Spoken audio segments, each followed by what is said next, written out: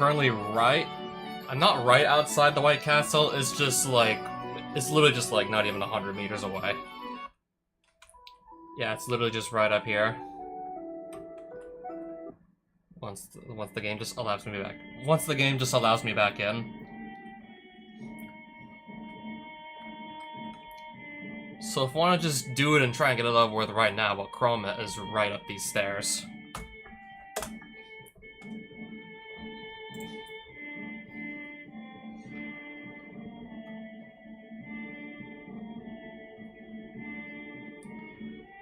And this is the list of cards I'm currently playing. Because I'm expecting to go up against another mono-white deck, 2 copies of Anarchy. Destroy all white permanents for 2 and 2 red.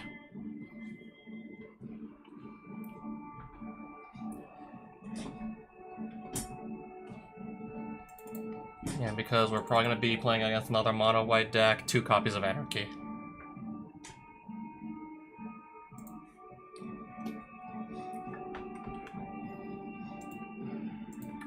All opponents get it's basically the equivalent of an emblem that just makes them gain 2 life at the beginning of each of their upkeeps, and all their creatures get +1/+1 and vigilance for free. So none of their creatures ever tap when they attack. Okay, Akroma also starts at 60 life. I'm still carrying this death ring around, and quite frankly, I don't think I'm gonna be using it. I need to weaken one of my own creatures.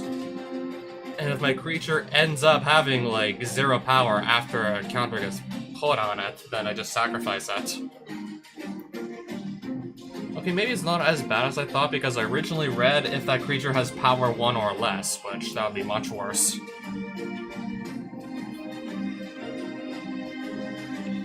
Like, if the creature has, like, equal power and toughness that I have to put the -1/-1 on, it would likely just die anyways before it reaches 0 power, because it would hit 0 toughness, technically, anyways.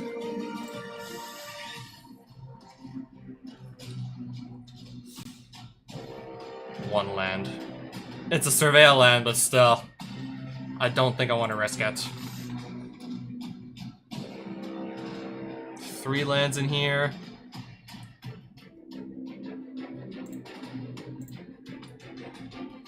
We're gonna do something like this. Okay, yeah, I'm going first. I could have done this or this turn 1, but I can wait. Yeah, she starts with 60 life, and she's gonna gain even more than that over the course of the game, especially if it's a long game. Whenever an angel you control enters, you gain 4 life. Alright, his printed power toughness is 1/4, but of course it's just getting the bonus from the... That's basically an emblem as far as I'm concerned, because I cannot interact with it directly.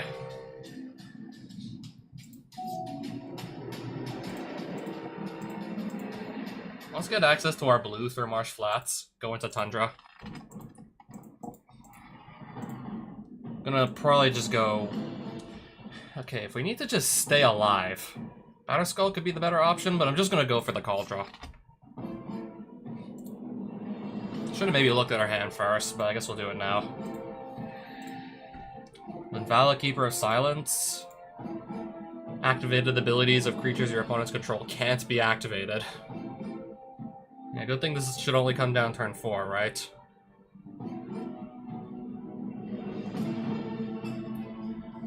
Planeswalker. Akroma's Memorial. Angel of that she's probably playing this likely next turn anyways. +2/+2 is as long as you have, well, it's gonna be, actually no, it's gonna be a 5/5. It's gonna come in as a 5/5. This giving a +1/+1, and then just because she starts by default with 60 life, she's guaranteed to have 25+, so it's like, yeah.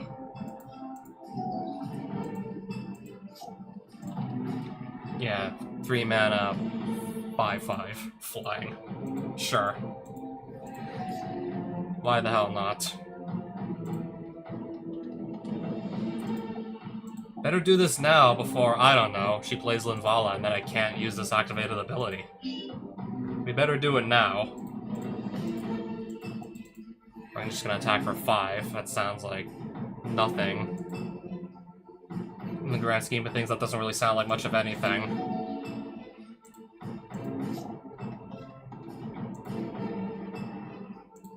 $70. Oh, +1 from this also, so it's more than that. I got to untap a blue so I can do petty theft. Just to slow her down a little bit. Just to try to slow the opponent down some.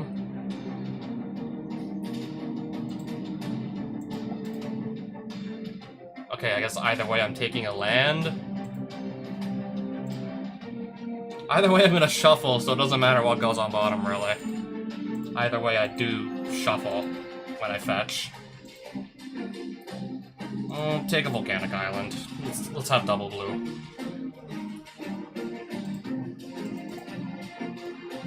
As much as I'd like to just outrace Akroma, I don't believe that's gonna happen. I should have probably used this to go grab the Batterskull. At least gain a bunch of life. Because I'm not... Unfortunately, there's no way I can outrace her. 72 life and she's gonna gain even more than that. There's no way I'm outracing this.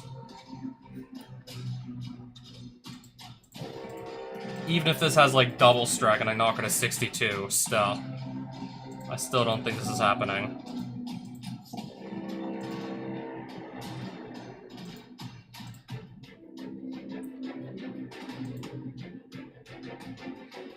I could just cast another Rayav.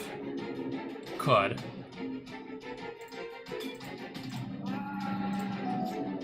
Oh, nice. I don't know who's worse. Yeah, I think this is scarier, honestly.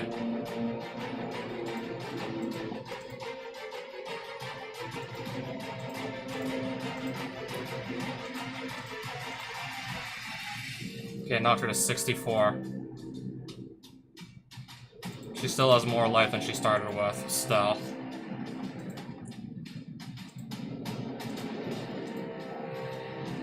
Oh, the Planeswalker. Now I gotta deal with another 5/5. That flies, of course.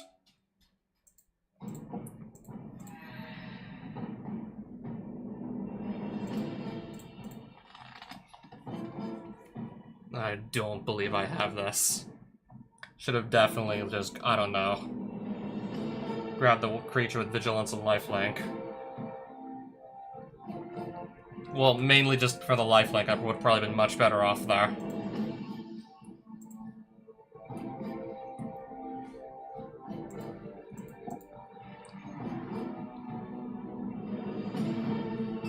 This doesn't even fly or anything.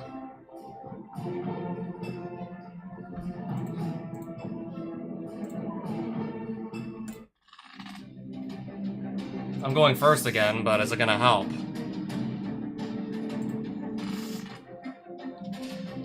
Yeah, no way I'm keeping a 0 land hand. I'm sure that's what's good. I'm sure that would get me killed. Surely.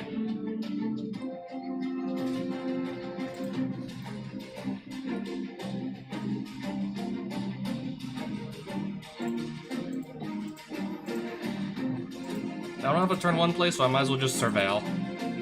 We're gonna keep the Anarchy there, since I believe she's still playing mono white. Play an Anarchy if I need to just clear the board of all her cards.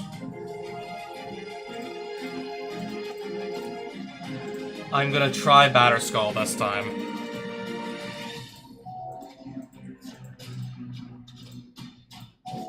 Okay.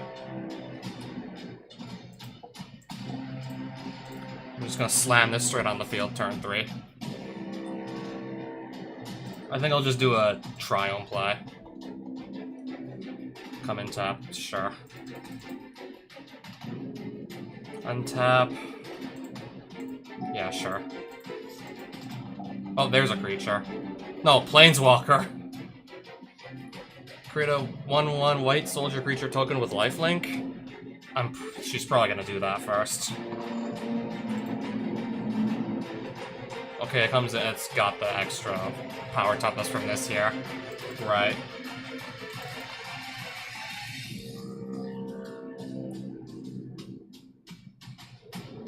Oh, I do want to get this Archangel Elspeth off the field as quickly as I can.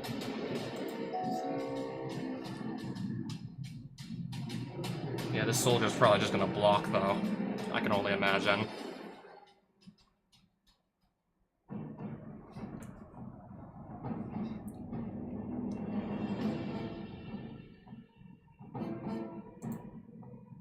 Actually, I'll probably maybe just want to do Anarchy, and then, I guess, put down the Rayov. Because this would die, too, if I played this.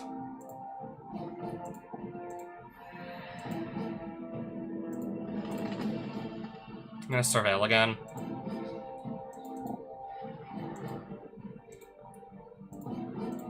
Send both of these creatures swinging here. No blocks! Not just gonna block to save the planes. No blocks. Wow.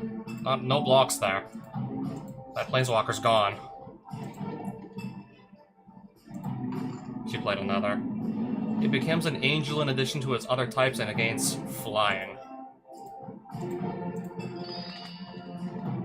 Just, I guess, to get rid of it. So there's no more creature token in that case. So we're gonna do Declare Attackers, so... And then Archangel Elspeth, finish it off with a 2/2 Flying Haste. Keep this if I need to just do 4 damage to some attacking creature.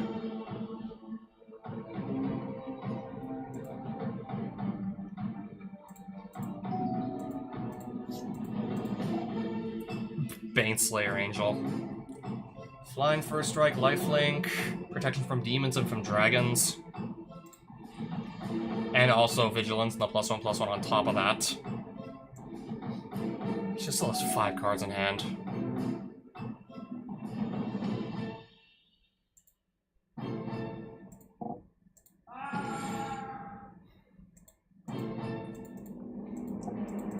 There's gonna be another angel coming down sooner or later, I'm sure of it.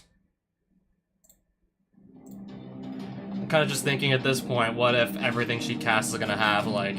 I mean, especially with Akroma's presence, very likely anything she drops is gonna have more than 4 toughness. Will be safely out of Iganjo range.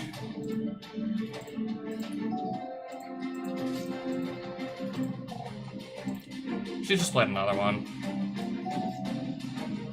Oh, nice. Oculus. I may play that. Like, right now, actually. I may just play it.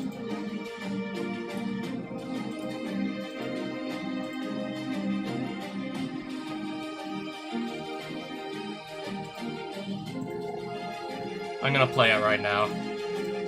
5/5 flyer for 3.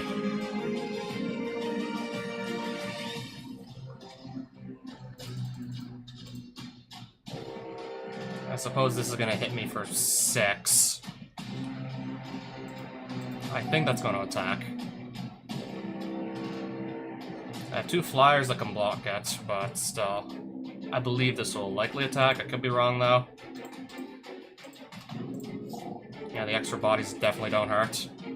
Flying First Strike, Vigilance, Trample, Haste, protection from... Well, this already has, like, Vigilance and First Strike. Now it's got Trample, too. Protection from black and from red.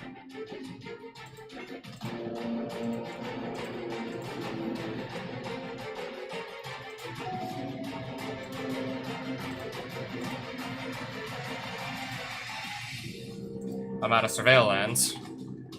Also, yeah, Vigilance, by the way. So attacking through it is going to be a problem unless I just... Okay, so... Red. Red.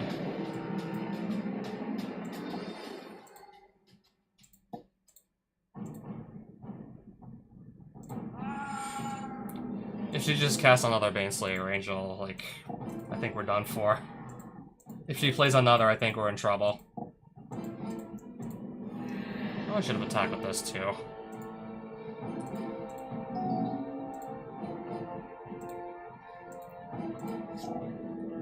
Angel of Sanctions. You may exile target non-land permanent until this leaves the battlefield. No, the Batterskull! How am I supposed to win now? What's my win condition supposed to be now?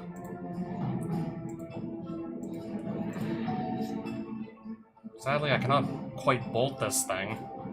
Unless maybe she just blocks. Okay, how about this? How about we try this? Attack? Attack with this. Attack with some of the manifest tokens and see if she just blocks one of the manifests and does. Let's see if she blocks. She fell for it. Hook, line, and sinker. Oh, protection from red. Because of this here. So I'm not even able to bolt it. That won't even work.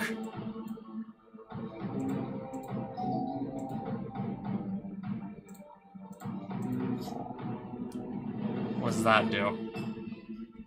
Whenever a land enters the battlefield under your control, you may return target non-land permanent from your graveyard to your hand. If that land is a plains, you may return that. Okay, every time she plays a land, she just gets a creature back. If I can't kill this, then I'm probably not going to be able to at this rate. And at this rate, I probably won't be able to.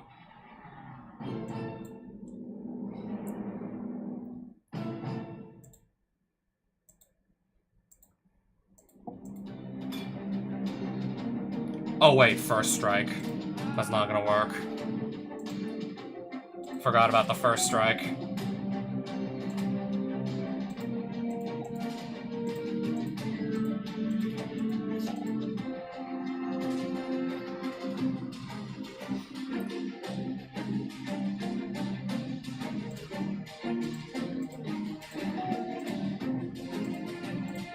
Yeah, but I only have a 3/2.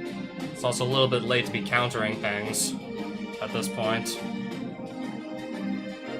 7/7, and it's got all these keyword abilities. There's no way I can punch through. I'd maybe get like one more turn and that would be it. And I still gotta get through 60 points of life. At this point I got nothing here.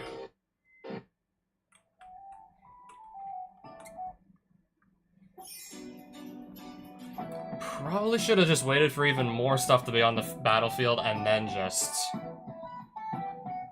Okay, thinking about it now, Lightning Bolt's gonna be kind of just stone cold useless in that matchup. For one reason or another.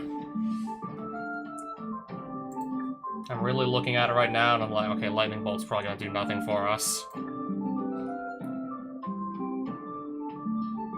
Yeah, no way that's gonna be doing like enough damage anytime soon. To just get through Akroma's life total. And it's bad enough, like all her creatures are like at least like 5 or 6 toughness and whatnot. Or most of them are anyways. And then she has the Akroma's Memorials, so my red spells wouldn't even be able to target them in the first place. And then I can't even target them to begin with.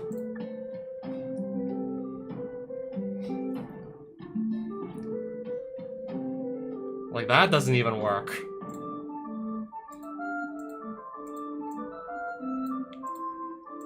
Surely I'll be able to just fish these out later, once I need them again. Yeah, once I actually have, like, a better matchup for them. Yeah, this specific matchup with, like, the big angels that are pretty much always almost completely out of Lightning Bolt range. And this is, like, assuming they don't have, like, protection from black and from red already with the Akroma's Memorial. I think our red cards are gonna really, really fall short here. Except for the Anarchy. I think the red stuff's gonna fall super short. I suppose I can throw in a 3rd copy of Brainstorm.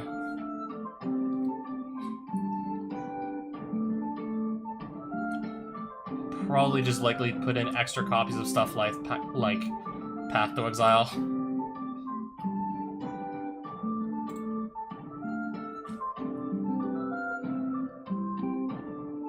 I think this probably already increases my chances of winning significantly. Maybe this will just come out for like another like non-creature spell at this point.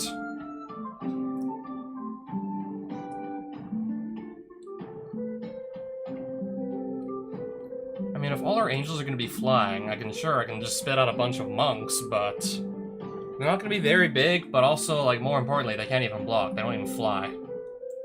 So we're going to just move Monastery Mentor also, I suppose, to the side as well. That's going off to the side, too.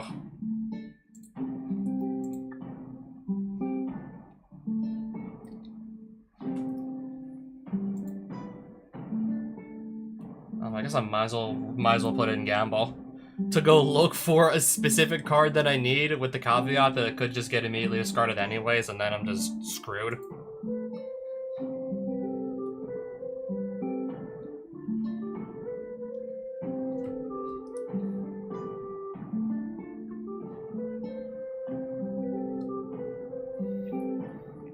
I don't know, it feels like we're really gonna have to kind of just take chances here at this rate.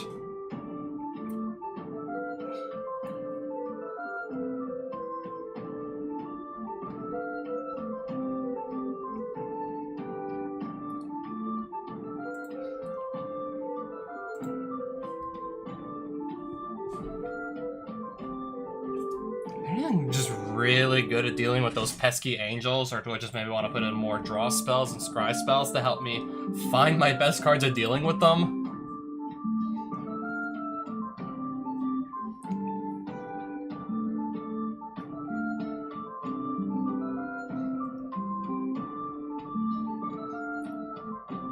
I mean, this can fill up my graveyard for Oculus plays. Yeah, that giant flying eyeball for only 3 mana.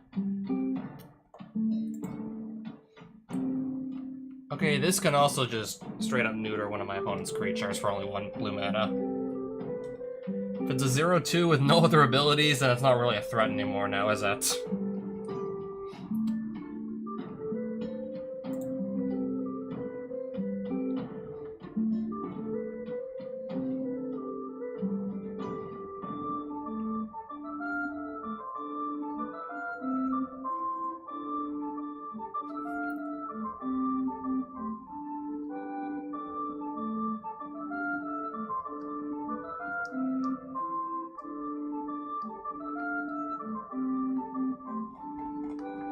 Where's that Saron Visions? I think I'll just put that back in. Help me just draw through my deck a little bit faster to find, I don't know, my best cards in my deck.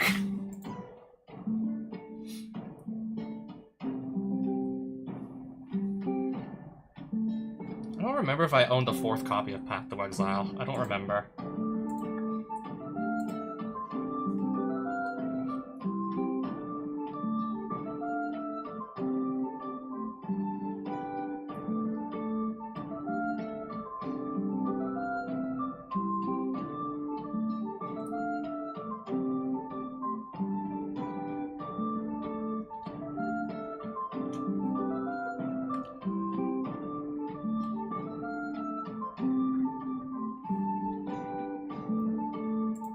I think I'll just probably swap this. I'm thinking about swapping that out for just a plain old counterspell. I am definitely thinking about it.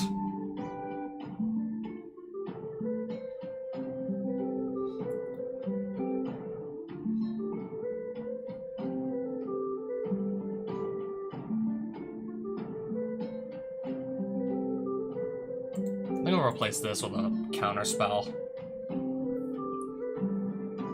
A counterspell of some kind anyways.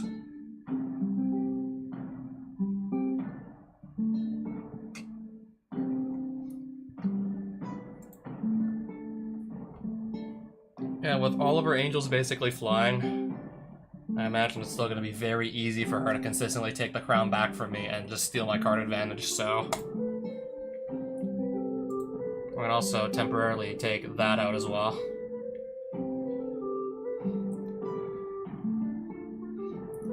Destroy all creatures that can't be regenerated. I might potentially also do this as a last resort as well. Did I put that in my deck? Or did I just completely take that out entirely? It's probably in my inventory somewhere, right?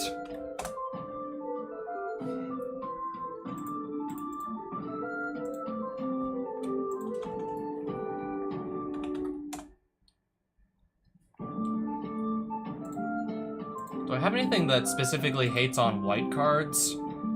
Oh, I have this. And isn't red? I'm thinking also looking for ideally something that's not red because if that Akroma's Memorial comes down again, then it's like, then what? Prevents all damage against you from one white source. I take it only me, right? And never like any of my creatures, just me?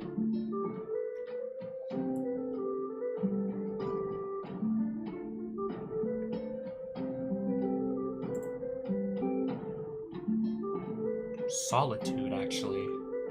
Not bad. That can... Worst case scenario, I can always just hardcast it. She'll never actually have a counterspell to stop it. It'll be a little clunky to, I don't know, hardcast this thing. But it is basically just a Source of Plowshares on legs if I hardcast it for 5.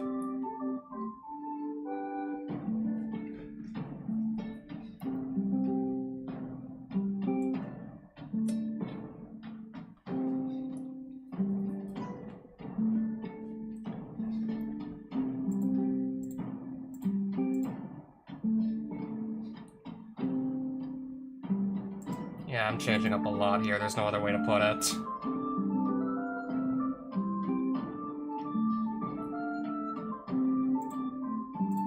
Let's put that counterspell in. I'll sideboard the days. For now.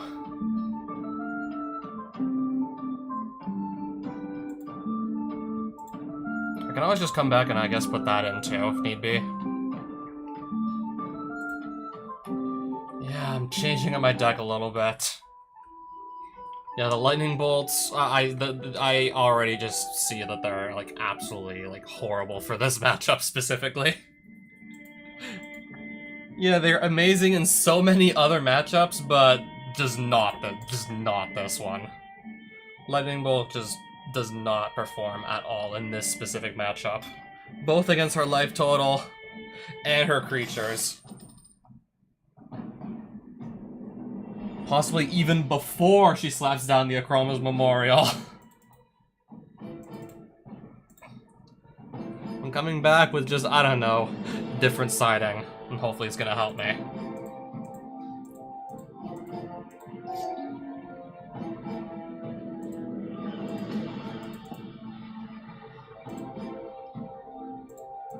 I should just probably crack the bottle. Planes. What does that do? Flying Vigilance. Her starting life total was 60. She's almost already there.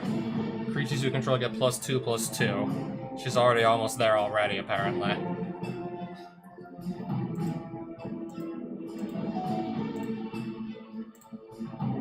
Yes, flip it.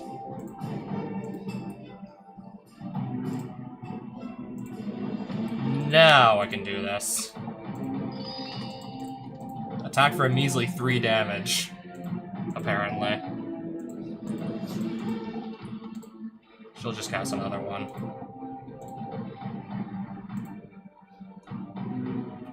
5/7, 4/7. We're on like what? I think only the 3rd turn here, and I'm already staring this down.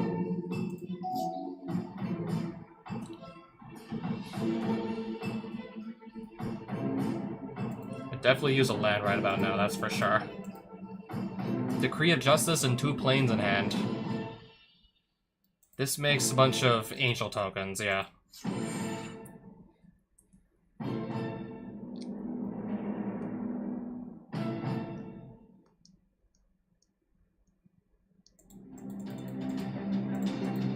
Yeah, forcing me to not be able to attack here.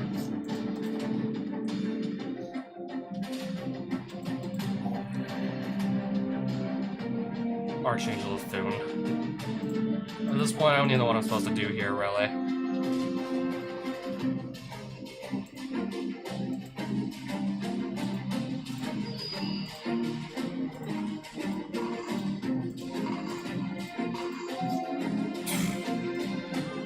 Now this is somehow looking even more impossible than the other game.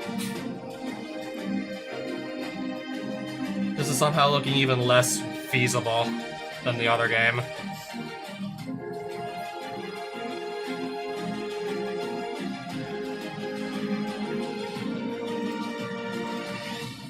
Am I gonna even find my 4th land before she just has a critical mass of damage at this rate?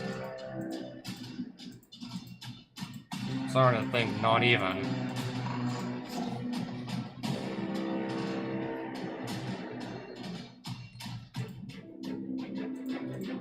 Well, I'll mana leak that.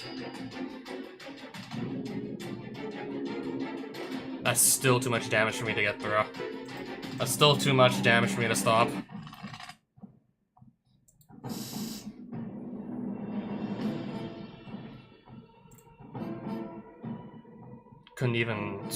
Couldn't even get like a Stoneforge Mystic turn 2, so at that point I really got no chance in hell.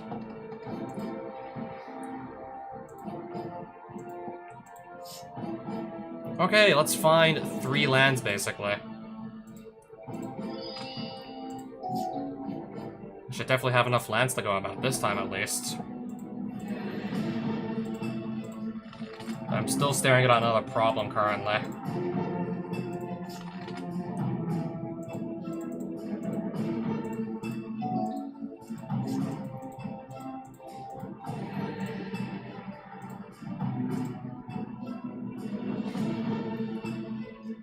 This is literally the 2nd turn of the game. This is her 2nd turn of the game, literally.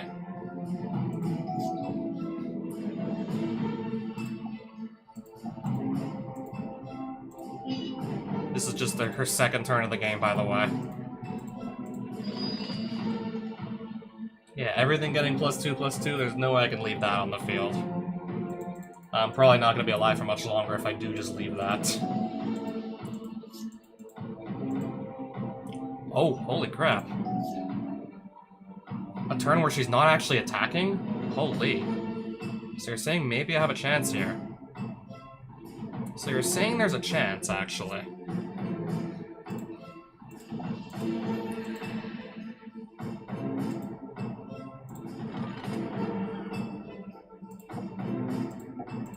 I'm putting this on the field. And then just gonna equip it. Oh wow, no blocks. She discards a card and I untap my stuff.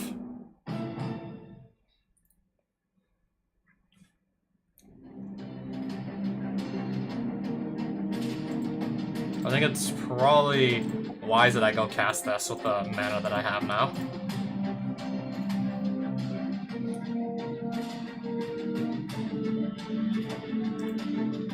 I think I'll actually take that instead. Try and start fishing for more cards with a Sword of Fire and Ice. I think we'll do that instead, actually. Oh, there's another creature coming down.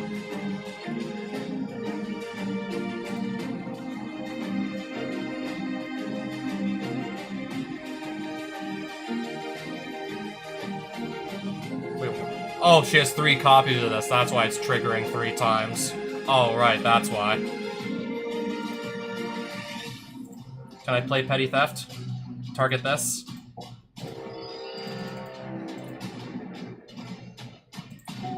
To just, I don't know, desperately try to slow her down just a little.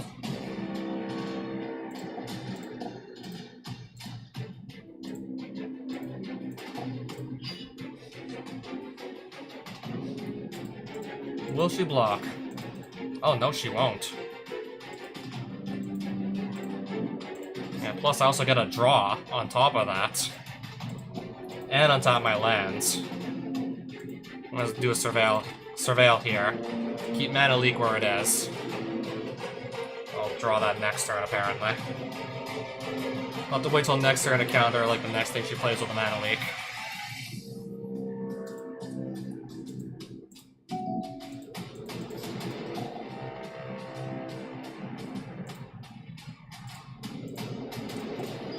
I want to get rid of that.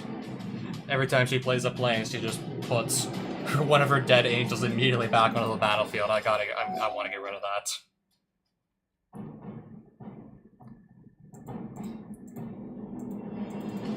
Alright, again, no blocks. Sure, let's draw another land. Why not?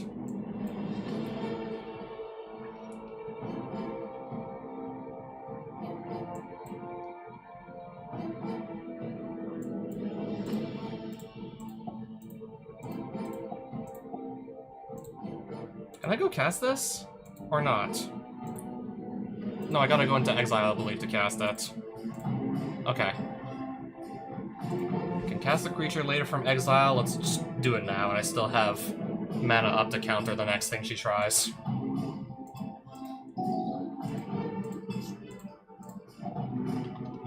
She has 2 mana up. She cannot pay the 3. We're gonna cycle this land, actually. Let's put this just raw onto the battlefield now.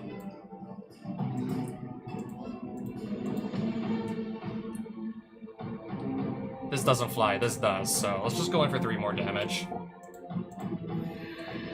Alright, finally got her below 60. She's finally below 60 life, holy shit. I might play this.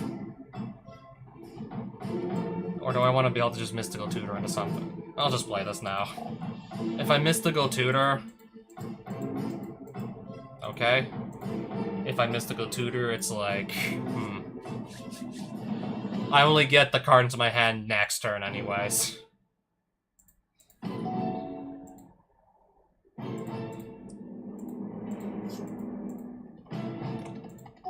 Oh, she has no cards left in her hand.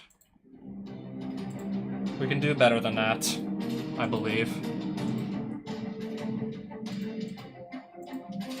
Alright, now, so I have a critical mass of creatures myself now.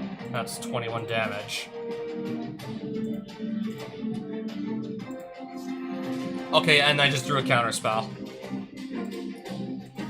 I can counter the next thing she plays. As long as you have 25 or more life. I'm just gonna throw the counterspell here. Alright, we're not in the position we need to be playing the Wrath of God.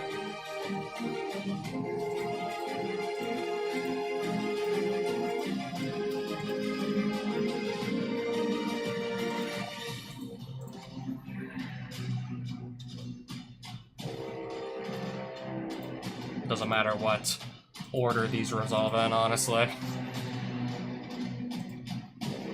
I don't have a creature to revive with Formal Wear, so... Might just wait till something dies to then play this. If something dies anyways. So yeah, she is top decking. Alright, she had just the land.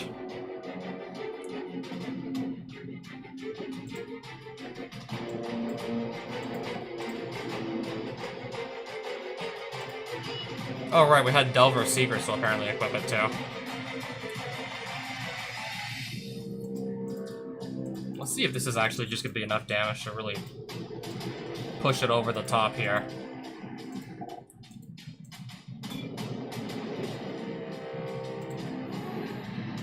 Yeah, it is. Yeah, taking out those red spells I think was definitely the right call. Yeah, the stuff like Lightning Bolt that just plays so badly into this matchup, that was definitely the right call. If I lose the next game, it's still like that other game never even happened.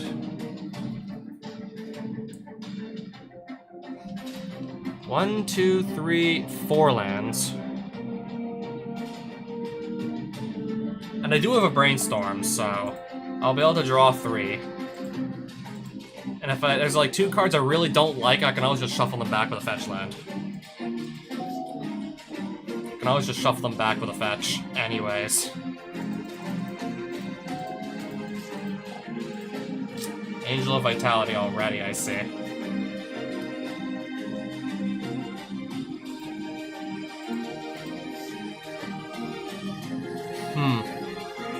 I think having this ready later in the game would be really nice, actually.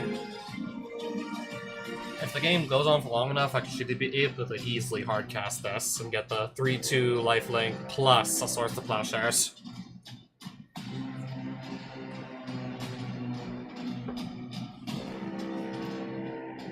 One, two... Let's put one of my fetches back.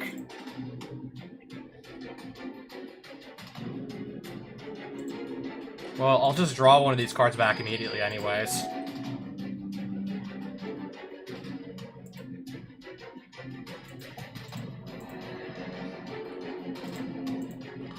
Some access to red, please.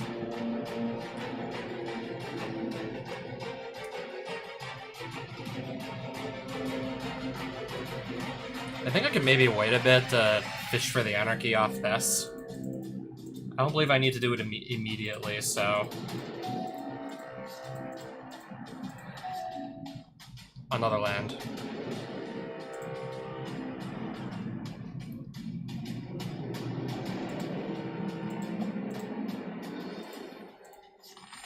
What did I discard?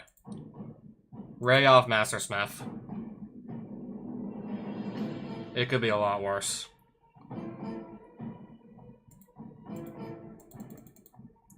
It could be much, much worse, actually.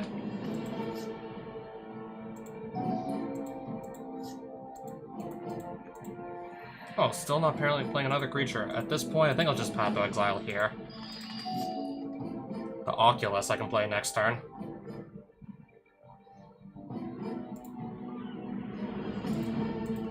If I can actually find a creature to slap this on. Yeah, if we get to like turn 5, we're probably going to turn 5 at this rate. I can just put this down, then next turn after that, slap this onto this, and try and start swinging, actually. The fact that we'll get another of our creatures off the field should help. One Angel token.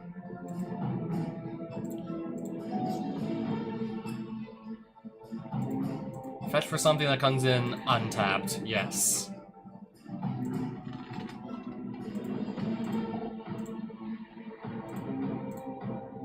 So that's good. That Angel's gone. That's gone.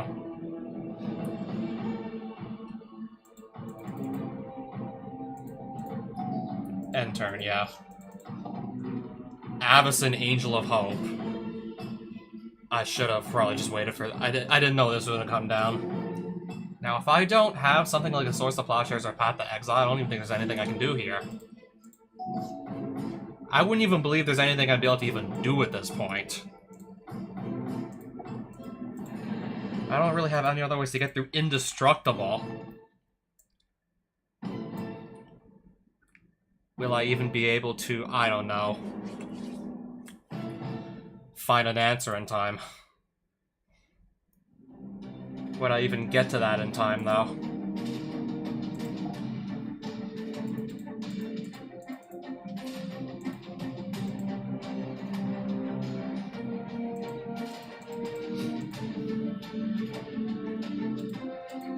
I just realized I'm gonna manifest that.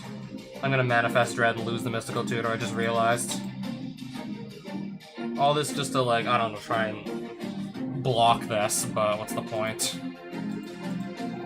And of course it's got Vigilance too, of course. And this has Indestructible too, of course. It had to be Mana Leak. That had to come in a little bit too late. The Mana Leak came in way too late. Yeah, everything having Indestructible shuts this down, basically. Literally just shuts this off outright.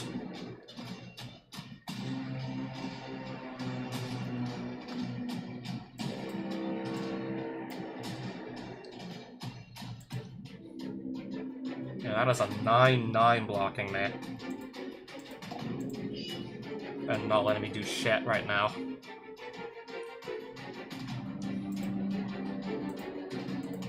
I'll have it phase out for 1 turn.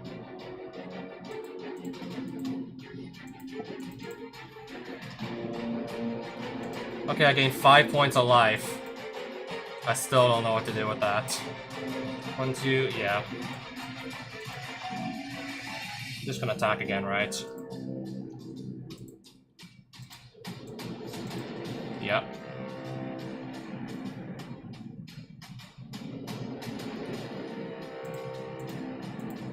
I must block this, obviously. And she can pay the 3.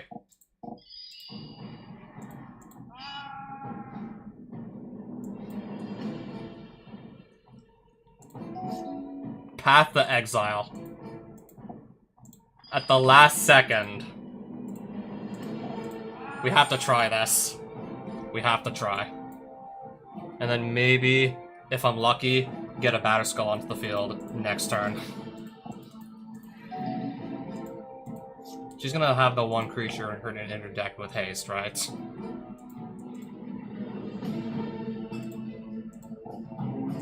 Planeswalker. She literally just rebuilt her entire board and then some. She just got her entire board back and then some.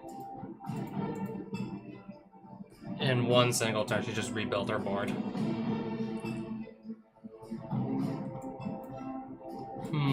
So now what? I guess we'd probably just lose again here. So I have, yeah.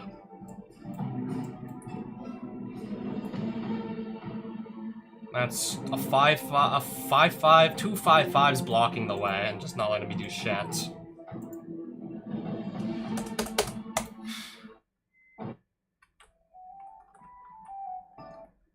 I didn't think this matchup was gonna be this damn hard. Yeah, even if I come in with like a bunch of extra life, it's still probably not gonna do much of anything for me, I would think. Still probably won't do much of anything to help me. We're gonna try the best 2 out of 3 here, I guess, just one more time. Let me see if I maybe have like a 4th Path to Exile or something.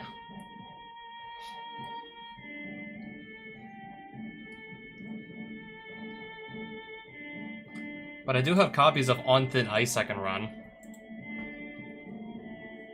But I definitely don't believe I can just keep trading 1 for 1 forever. It's not gonna work forever. Unless I can get my hands on some card advantage, it's just not gonna work. It just feels like I'm somehow always running out of cards before she ever does. I can still definitely try, don't get me wrong.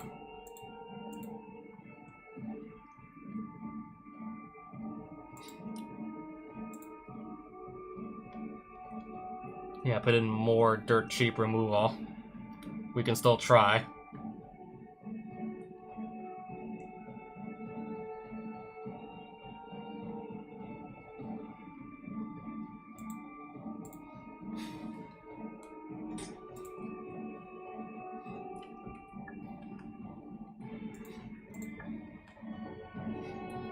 One more try, and then I'm just gonna go do something else. Akroma's going first, of course, of course, of course.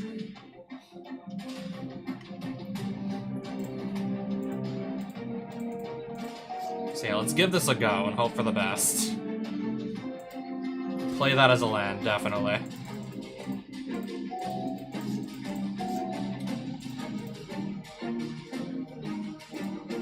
Play that as a land also now, at least have all 3 of my colors.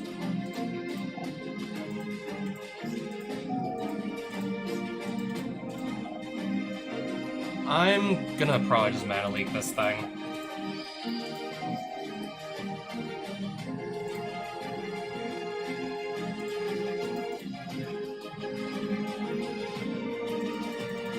And then from here, I suppose I need to just pass.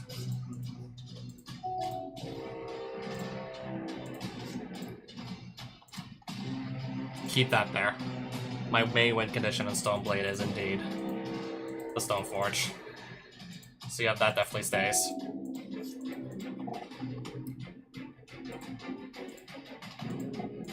I better counter that.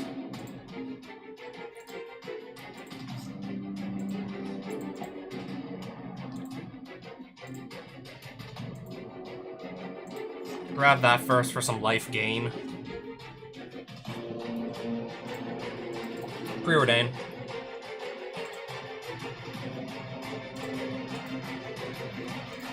Take a mana leak off it. If I need to counter something again, I can.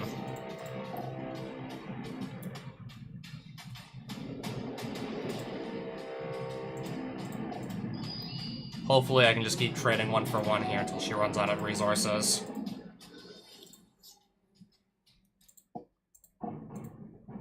So this is now on the field.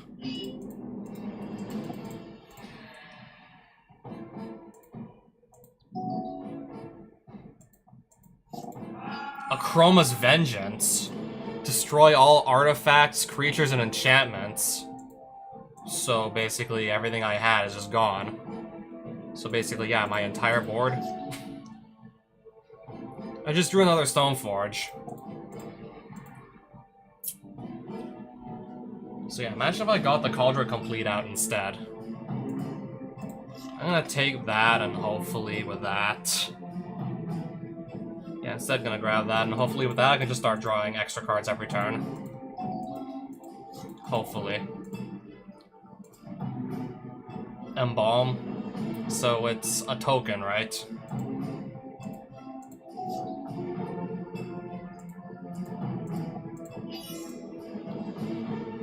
Oh, I get the ETB again. I get another enters the battlefield trigger there, so we will most certainly use it. I guess I'll brainstorm now. I will put back, let's see. I don't want to put back anything, really. In case the gamble backfires hard, I'll put that back.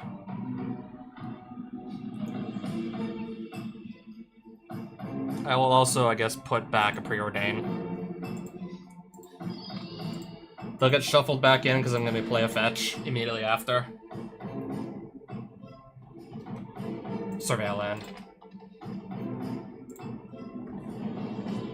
Hopefully this won't go anywhere. Alright, I have to just pass. Baneslayer Angel. Right.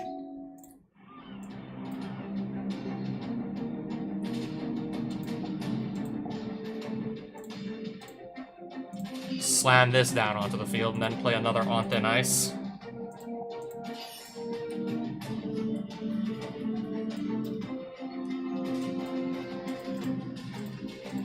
Alright, let's knock her down to 73.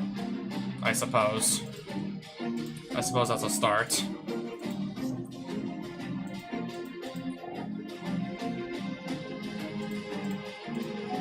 I can remove that right now, can't I?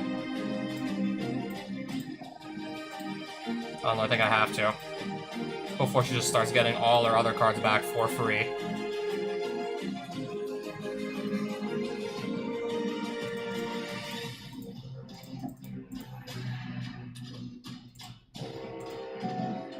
Maybe next turn actually get one of my other swords off the field. Maybe, just maybe, maybe. Brainstorm.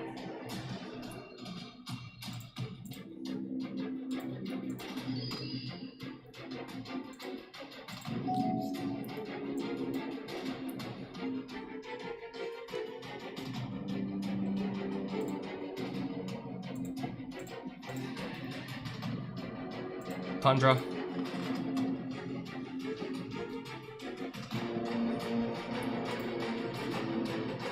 Flying First Strike, lifelink.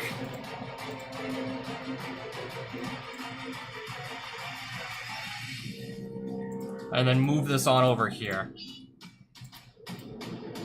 Attack and see what happens.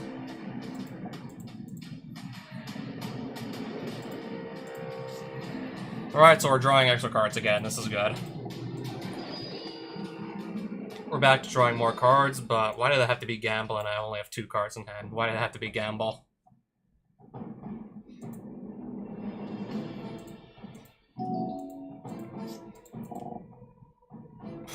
Akroma, Angel of Wrath. And yeah, the first strike, because of course... Oh, I have first strike also. But still. Oh, and haste, because why the hell not? Sure, let's put haste on a white creature. Why the hell not? What do we got to lose?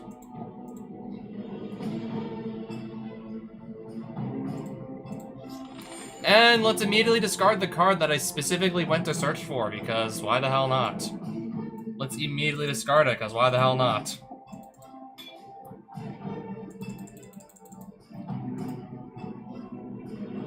Is it indestructible or something? Is it literally, like, indestructible? Oh, protection. Oh, protection from black. Yeah, that's gonna do nothing. That's gonna no-sell. That no-sells my creature.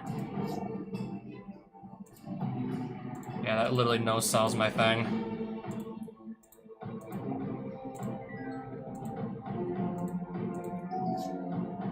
Yeah, that just no-sells what I'm trying to do.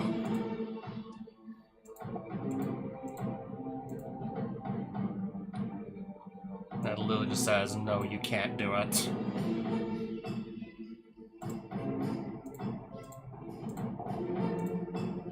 Well, let's just make this a 7/7, I suppose, also, while we're at it. Select any target.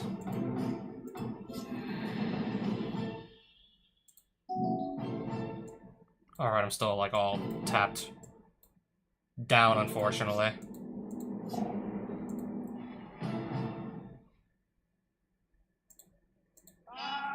Alright, something got just... Sword of Fire and Ice. My draw spell's gone. And they both flags, of course they do. Yeah, this is a disaster and a half. This is a disaster. And once this came down, it was basically just over. This basically just up and killed me.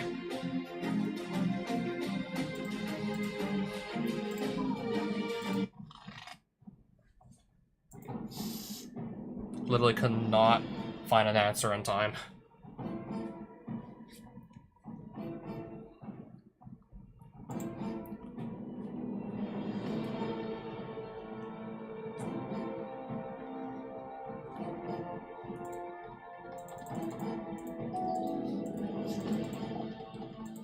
Alright, turn 1, 2/5 creature, because why the hell not?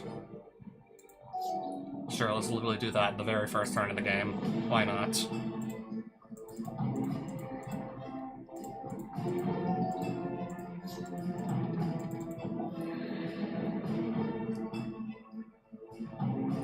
I will counter this.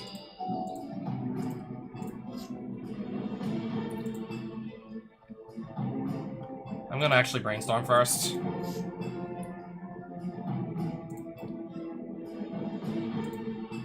I'll put these back in that order.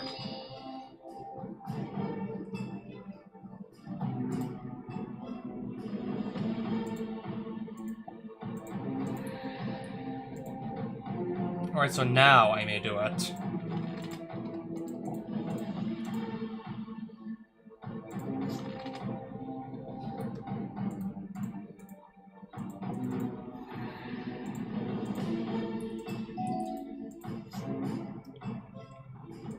She just top decked that, right? Okay, to get 1 angel token. Okay, she would have top decked that, I don't know, like, say turn 10 or something. That would probably just single-handedly end the game unless I had a response immediately to it.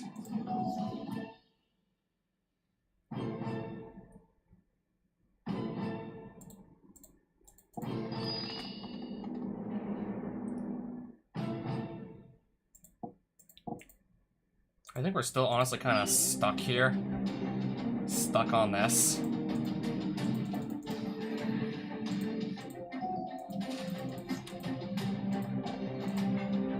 What does that do?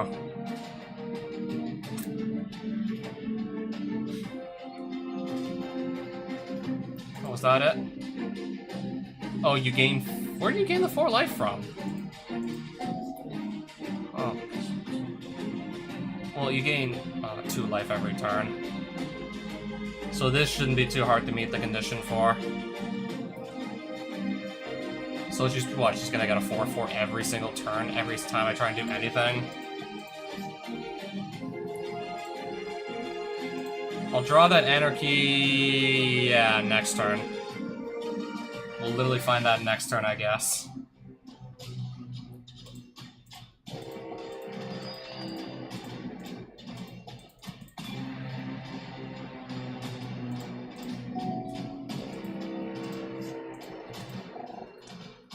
Mana Leak. I have to counter it. You better believe I need to counter that. There's no way I could ever let that resolve. Not a single land in any of this. Not a single land here.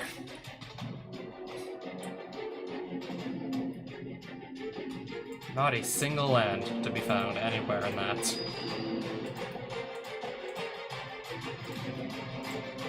The plan will be to start swinging with this next turn, by the way.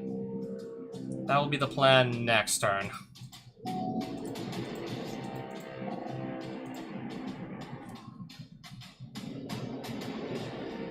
Can I at least just... oh, just get some other creature for free, right?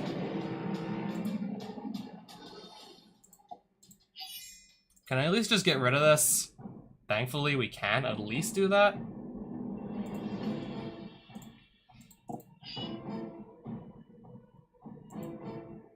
Attack with just this and see what happens. Double block.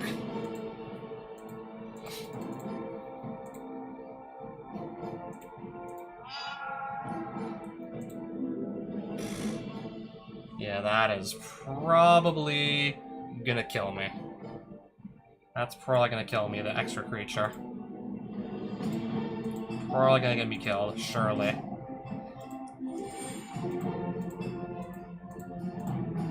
Also, by the way, I still can't find my 4th land, or anything. I don't know, maybe if I could find my 4th land, I don't know, maybe this could be different, just maybe? Maybe? Just maybe?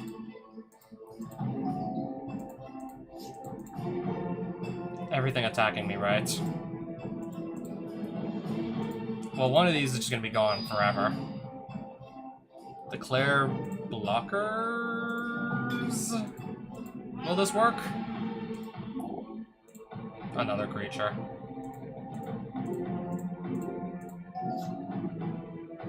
How many creatures is that now? Alright, so how many is that? Not really, how many is that? All while I still have not found my 4th land anywhere.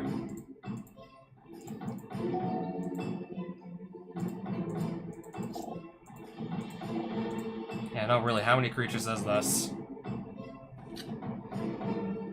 I don't think I can possibly block. We have a 4/7, a 2 4/4s, 2 7/7s, an 8/9, an 8/8, another... yeah.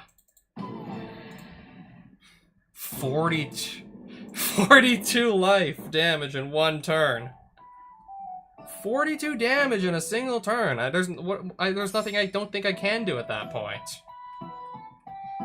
I don't think I can do anything anymore at this point. I don't think I can.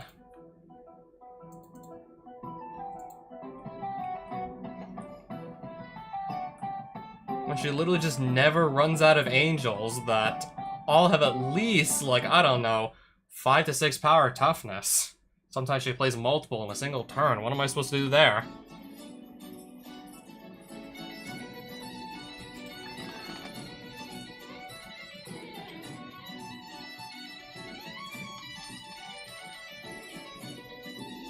Oh, Weatherlight.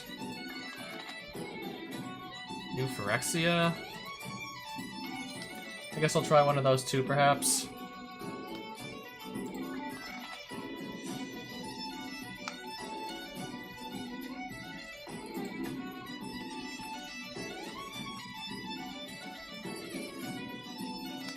I don't know what else I'm supposed to really get to counter her angel deck. Unless maybe at least there's a card that can just prevent life gain. But even then, still, I don't know how much that's gonna help me. That doesn't deal with the creatures, really.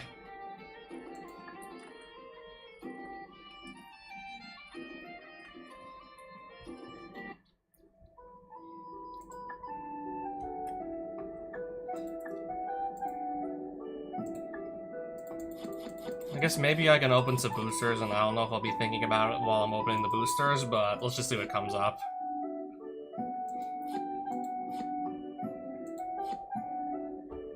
Funny. I'm gonna pull the card that literally blew me out on one of the games against her. This literally blew me out in one of the games she just pulled it. I mean, it should also work nicely against her as well, unless, I don't know, she's got the indestructible thing. But 6 mana, sometimes I literally can't even get to 4 without just getting mana screwed. Yeah, for the board wipes, let's just stick to the ones that cost only 4 mana. If I get mana screwed badly enough, I can't even cast those.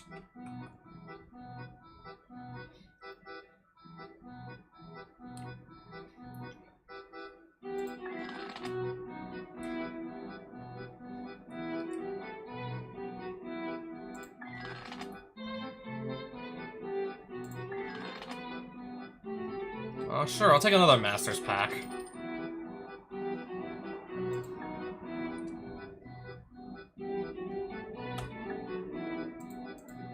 Oh, I forgot I had this, too. Might as well open it also, new for Exia. Alright, I'll find a second copy of Gitaxian Probe, sure. That can always go in the deck.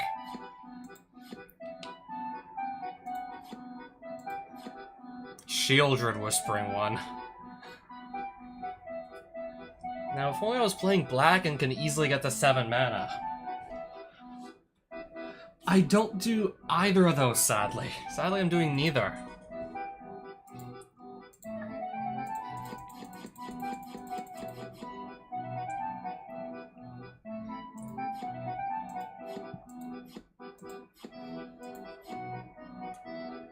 I believe I already opened one of these Etch Monstrosities and had no interest in actually playing it.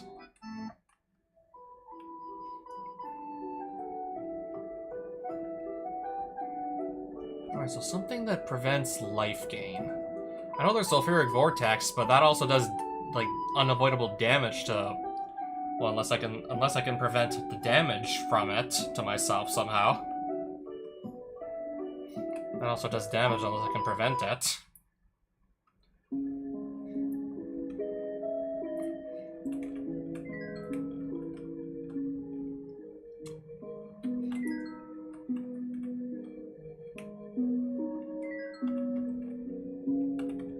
I don't even know how much, like, preventing the life gain would help. I mean, 60 life is still a very comfortable amount for her to have.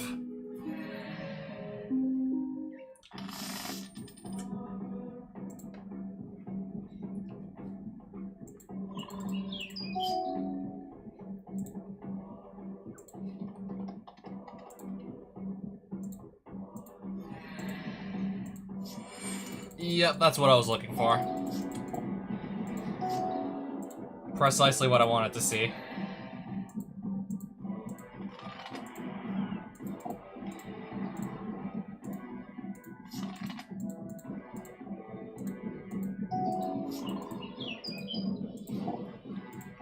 Marsh Viper in 2025? Okay then, I guess.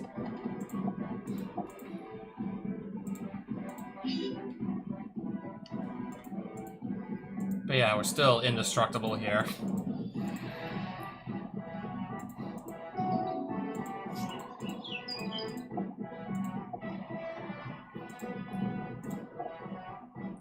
Going in with everything I see.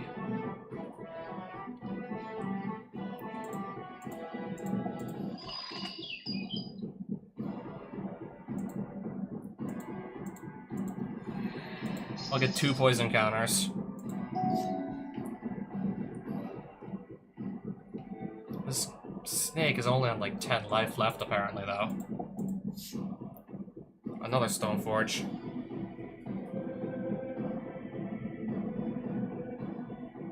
I'll put this back and I'll put this back, I suppose.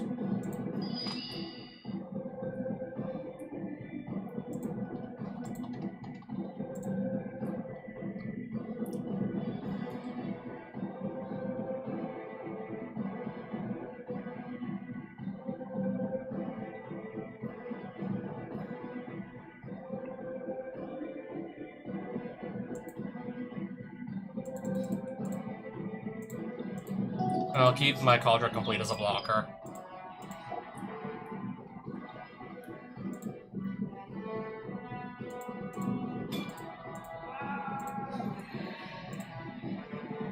Alright, another low-cost Death Touch creature.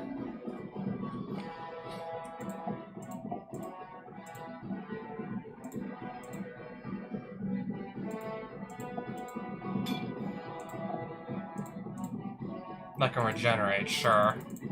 But Cauldron Complete's just gonna, like, banish it. It's still gone anyways.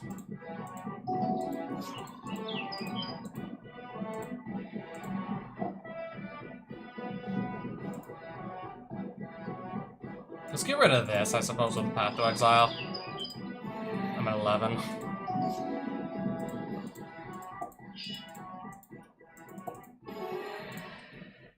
Yeah, that wasn't a problem. That was infinitely easier. That's infinitely easier to deal with than, I don't know, Akroma.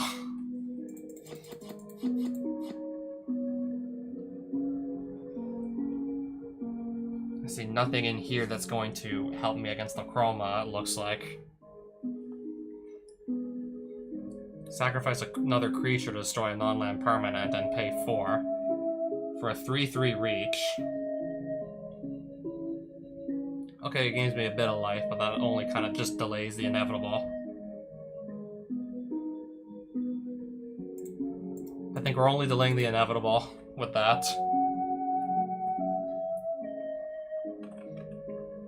Okay, I have another snake following me, apparently. Let's just fight this one so I can grab some more treasure.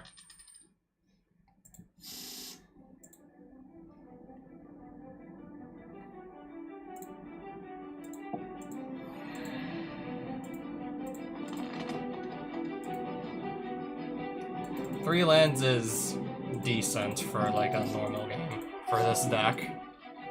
Now I got one extra apparently.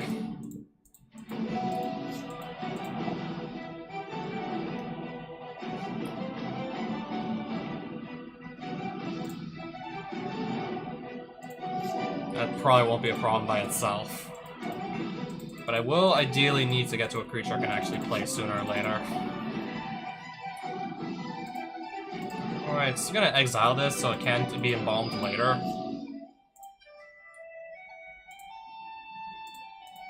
Might as well just destroy a breeding pool.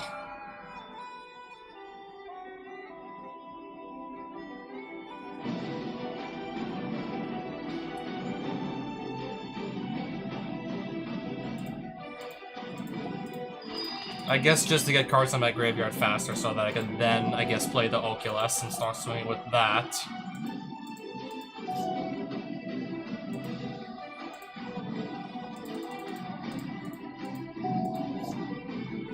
I'll counter the other Morph creature, I suppose.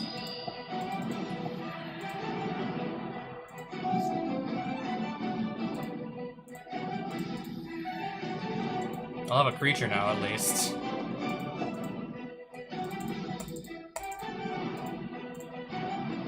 Oh, even better yet, I can just give it the Sword of Feast and Famine.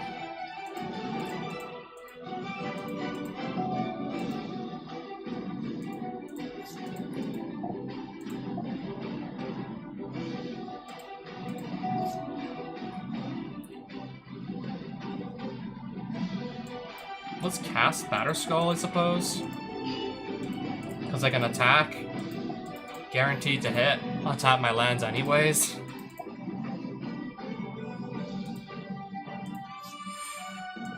Let's try this again now with the Preordain.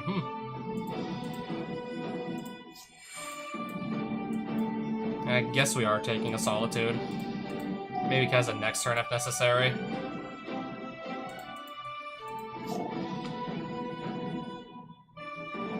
How did this get in the graveyard? Probably discarded it with Sword of Feast and Famine or something.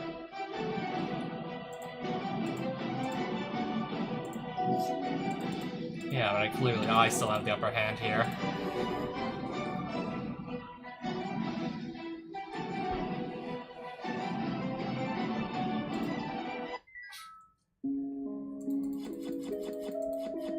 Locust Cobra?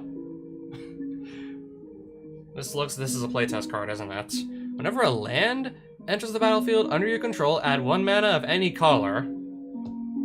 If it was a Locust or Sphere land, put a +1/+1 counter on Locust Cobra. Yeah, if I have any Locust or Sphere cards that I really that badly want to be playing.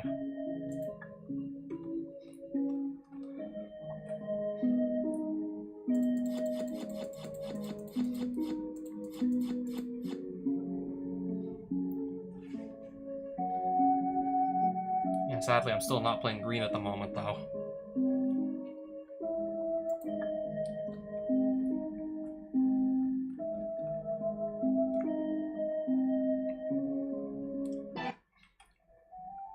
Alright, anything else that I maybe haven't explored yet? I'm still not exactly sure what else is going to help me at this point against the Akroma. I'll probably still likely consider looking at Scryfall anyways, in the off chance I find a good, decent amount of your opponents can't gain life sort of cards. Oh, I think Screaming Nemesis is another one we could run. I'm trying to remember if it also has haste. I remember there's Screaming Nemesis from Duskmourn. If it does damage to anybody, they can't gain life for the rest of the game. And it lingers, so there's literally no way to clear it after the Screaming Nemesis connects with the opponent. It lingers for the rest of the game.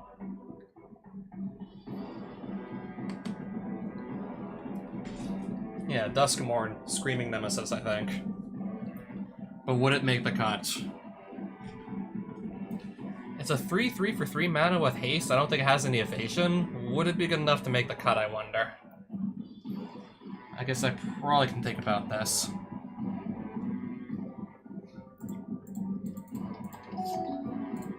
Yeah, I'm thinking about Screaming Nemesis as a potential option to deal with her life gain shenanigans. You can literally shut that off and keep it shut off permanently for the rest of that game. Whenever you cast a night spell, create a 1/1 white human creature token.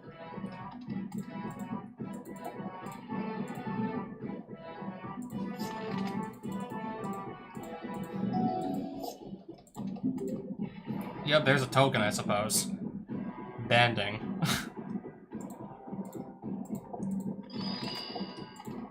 Yeah, I'll take 2.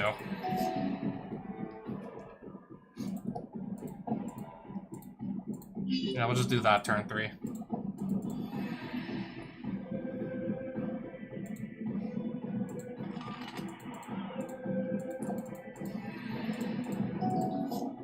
Circle of Loyalty. I'm not going to read all that, I'm just going to mana leak it.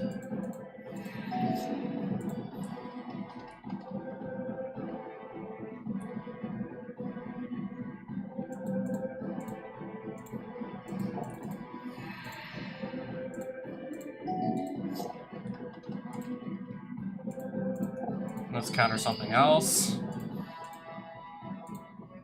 Might as well flash in Malcolm at his end step while we're at it.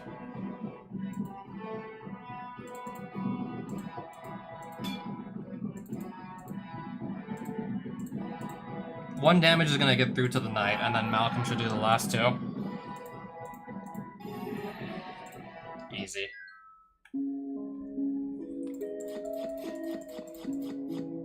Kenrith to return king.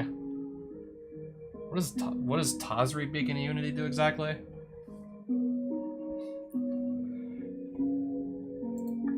I'll probably just sell it, most likely.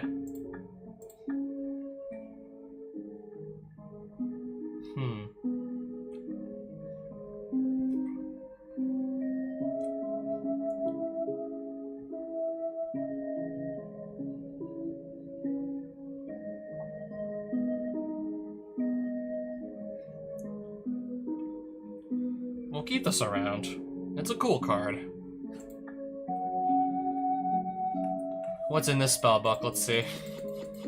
I guess that's what I'm gonna call it because it looks like a spell book. This is my rare, right? If Alabaster Dragon is put into your discard pile from play, so that's probably the graveyard, right? Shuffle Alabaster Dragon back into your deck, which would be my library. So if it dies, shuffle it back in the deck. That's it. Banding cumulative upkeep 1. Seeing both, not just one, but both those keywords on the same card, I know to stay away. Oh, speaking of cumulative upkeep, is this the cumulative upkeep white pack or something?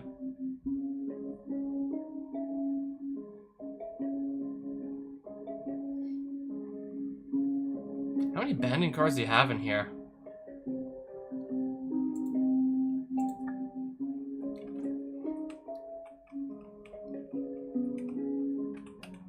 I don't believe this angel's gonna move, so we have to just fight her.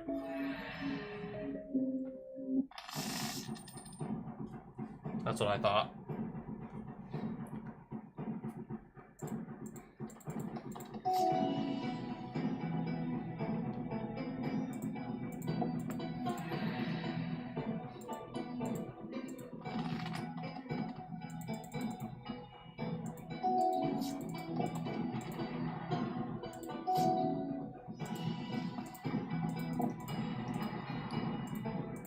I'm still gonna go get the Cauldron complete regardless.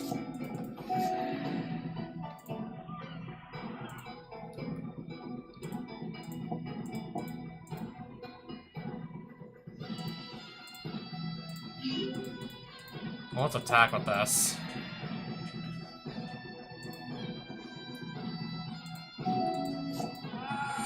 Something just got this Stoneforge. Okay, I'm fine with losing the Stoneforge, honestly. Not the end of the world. Not the end of the world to be losing that.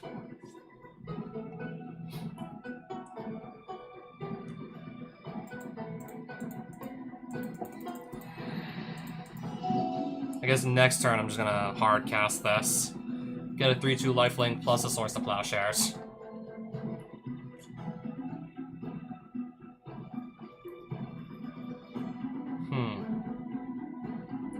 Well, obviously resolves. Whether I wanted to or not.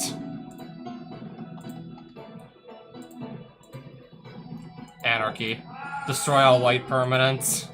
Cauldron complete comes back with the token and everything. It's as if like nothing even happened. Embalm Angel of Sanctions. Yeah, I guess.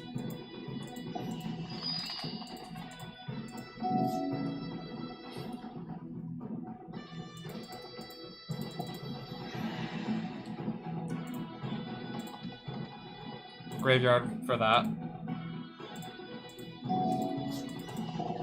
Sarah's Emissary. You and creatures you control have protection from the chosen card type. She picks creature. Just cast on thin ice to clear it and then attack for lethal.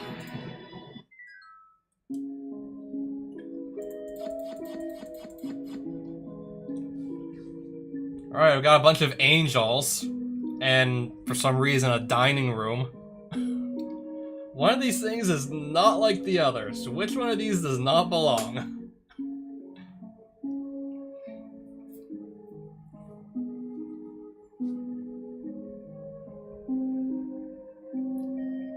I'll keep that. I'll probably just sell the rest.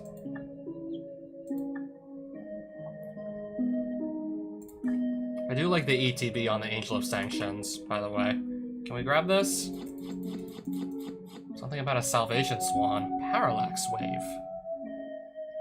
Actually not too shabby.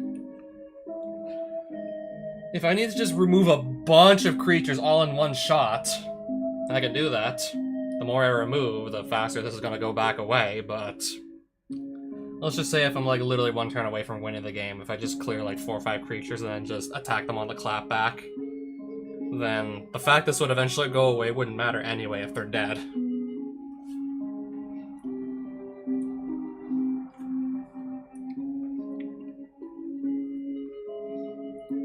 So yeah, this can take care of multiple creatures, even if only temporary. I still give myself like a little bit more breathing room, which I think...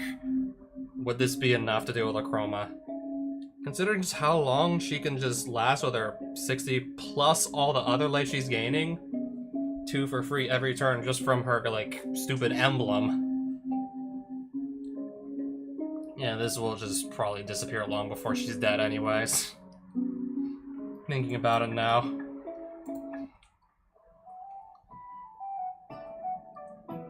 Unfortunate, but yeah, I think that's probably what would be most likely to happen.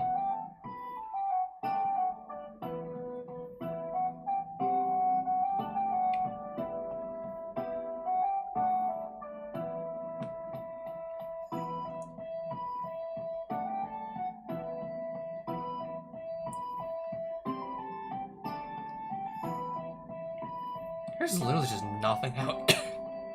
Nothing out here. Oh wait, I'm finding stuff again.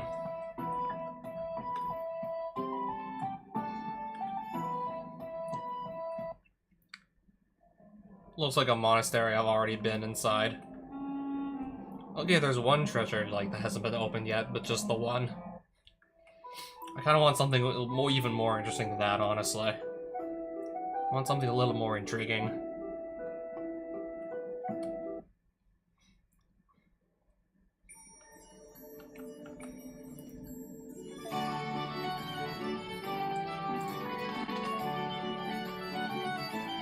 War of the Spark Booster. I'm gonna pick one of those up, actually. There's a... If I remember correctly, there's a card I'm looking for in War of the Spark. Nothing to do with Akroma, like another castle. To try and deal with like another emblem that every opponent starts with.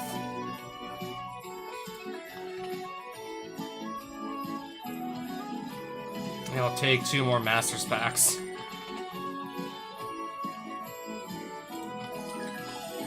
At this point, I am honestly fine with just, I don't know, spending all my money.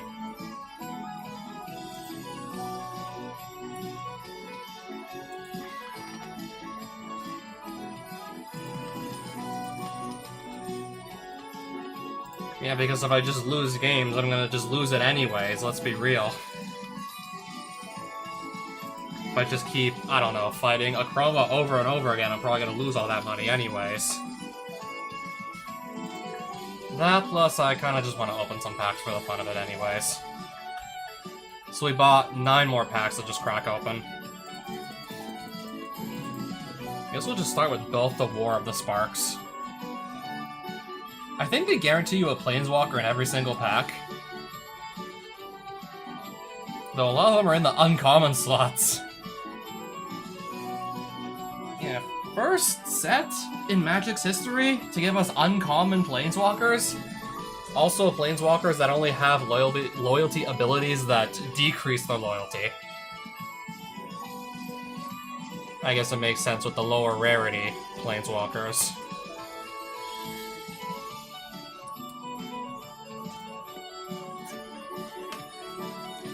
Alright, whatever this rare is. There's the other War of the Spark pack. I got the same Relentless Advance twice, apparently.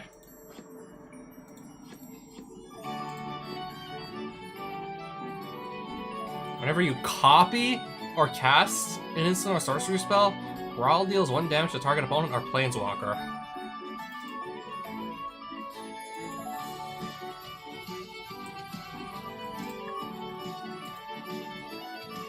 I didn't get the Narset that makes each opponent only draw 1 card a turn. I was looking for the Narset Planeswalker.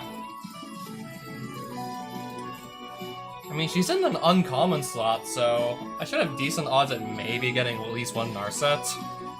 It's worth a try, she's in an uncommon slot.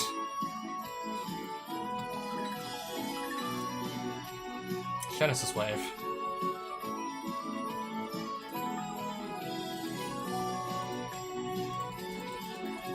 Right, more Modern Masters. I think I've just finally completed the playset of Spell Pierce, which I barely ever use. Running into a lot more decks that just have way more creatures than non-creature spells. For 2 mana, copy anything, with the caveat that if it becomes a copy of any spell or ability, sacrifice it. Which is that small little caveat. it gets targeted with anything, it's just sacrificed immediately.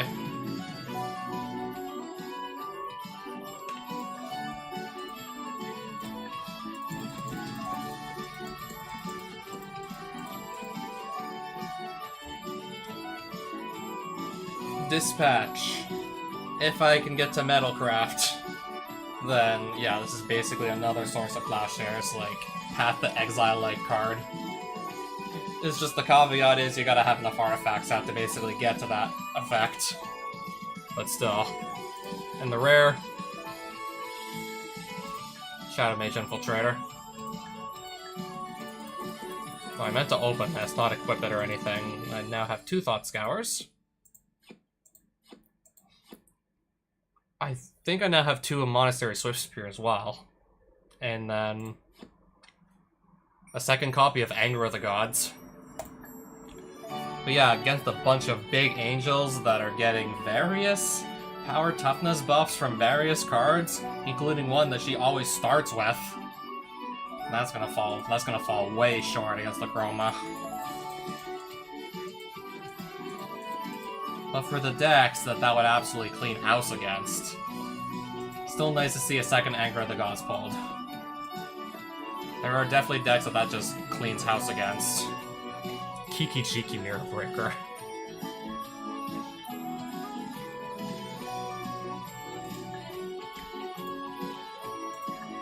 Alright, another Iconic Masters pack. Alright, now I have 3 Thought Scours, so Duress, another Lightning Helix, Malfagor, and then lastly, Modern Horizons 1.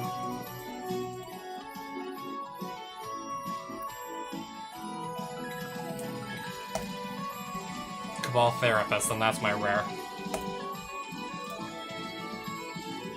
And we just ended up with a bunch of different cards. Right, so where have I potentially never explored yet? I don't really think I've done anything around this corner of the map, but I could be wrong. This costs a measly 1 rune to use.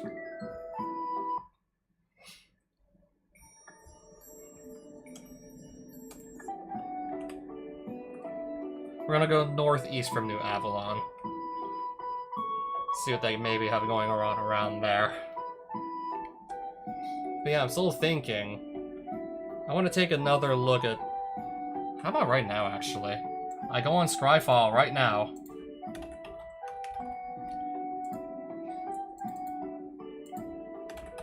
Are there better cards that just consistently prevent the opponent from getting life? So, Screaming Nemesis is a pretty good one. Okay, it does have haste, 3/3 for 3 mana and no other like abilities. I mean, if the angel doesn't get like a super fast start, it shouldn't be too hard to just smack her in the face with this, especially since it's coming in with haste. Smack her in the face with this just once, and then she can't gain any life for the rest of the game.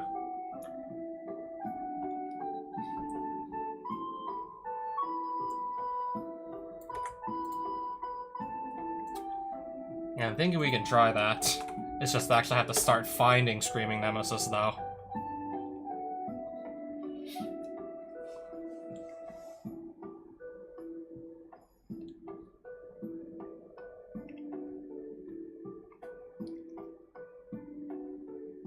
There's quite a few players cannot gain life cards, but I'm thinking still.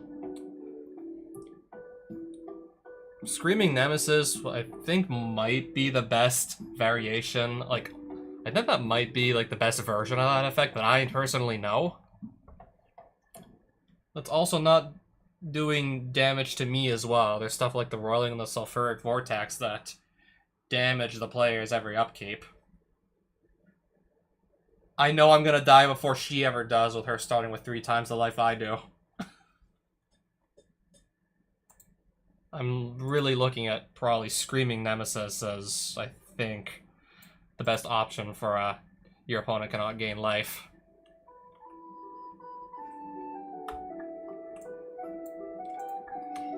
Yeah, I got my eyes on Screaming Nemesis. Just to, I guess, shut that part of her deck off. So I think there are a few cards that also just gain buffs, like, or just do extra things if she gains enough life every turn, and if she cannot gain any more... What is this cave here?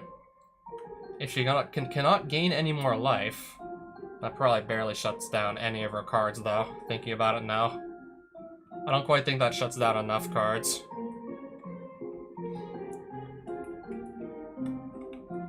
It was just a nice thought.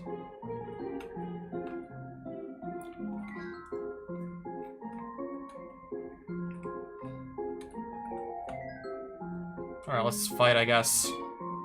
Yeah, a dwarf. We're in a cave.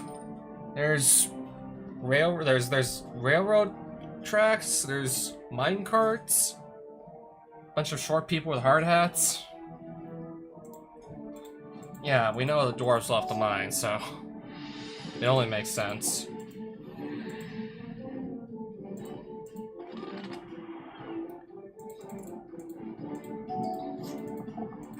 Seven dwarves.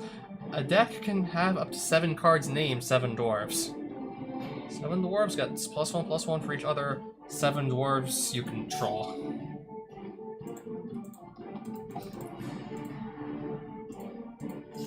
I'm still gonna go probably just try and get Conjure complete on field turn 3. Okay, now there's 2 of these.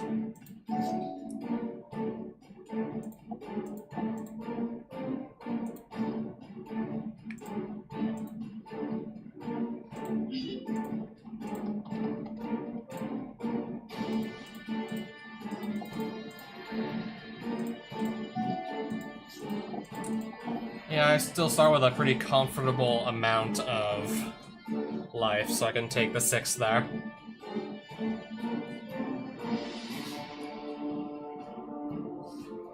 Interesting.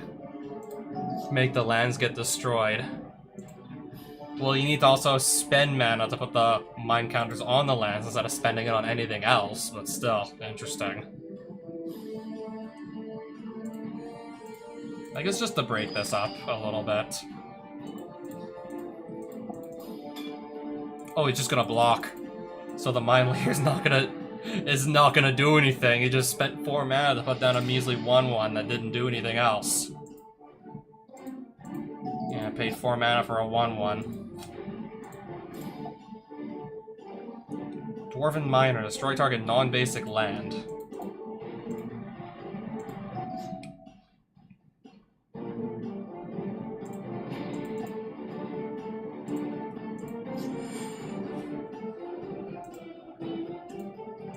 I guess we're gonna attack like this.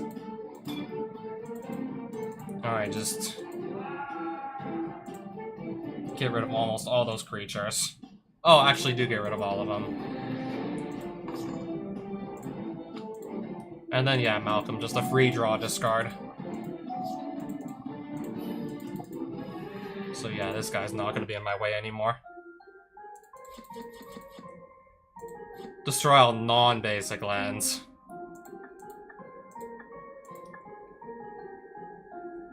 This is honestly probably gonna screw me over much more than it screws over, like, most of the opponents I run into.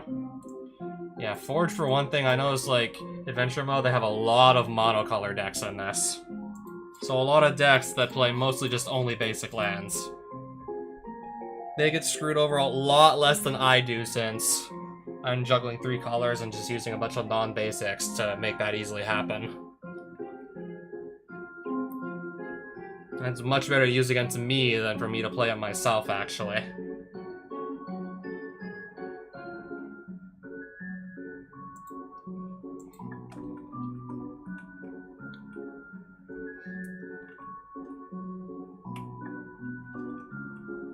I can just literally walk right back in anyways. It's fine.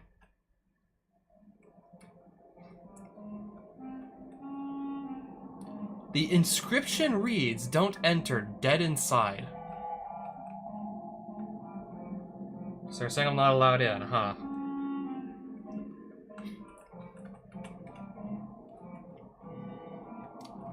Well, I guess we're gonna get some more treasure once I beat this guy. Dwarf Pilot. Oh right, I still have my copies of Anarchy. that will actually do nothing this matchup.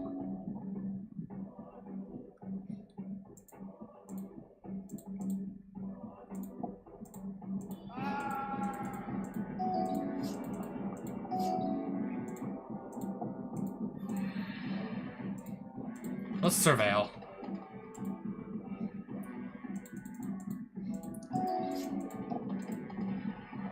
Okay, maybe this will actually get rid of a few permanents. Maybe it will destroy a few things, maybe.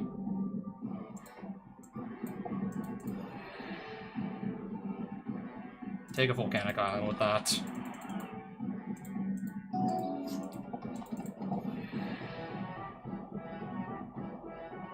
I think I'll just counter this guy.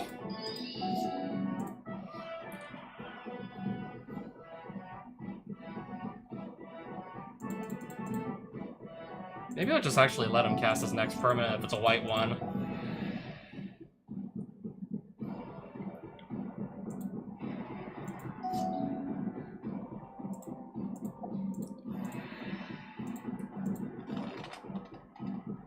I think I grabbed the wrong land. I need a second, like, red pip, which I don't have. I'm not reading all that. Veteran Motorist becomes an artifact creature until end of turn.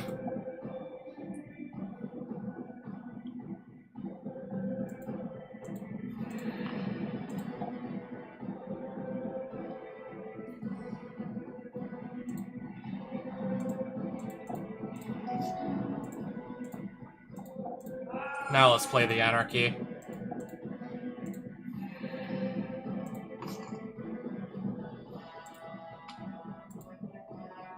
I'm doing fine for land right now as it is.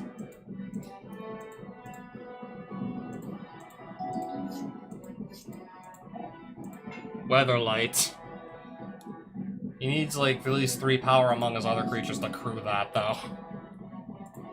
He does need the means to actually crew it.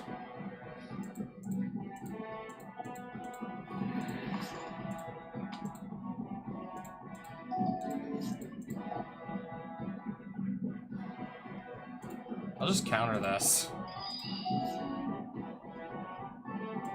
Brainstorm.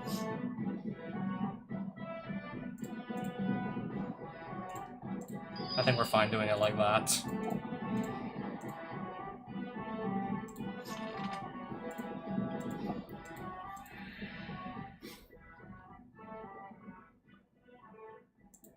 I'll take a Surveil land.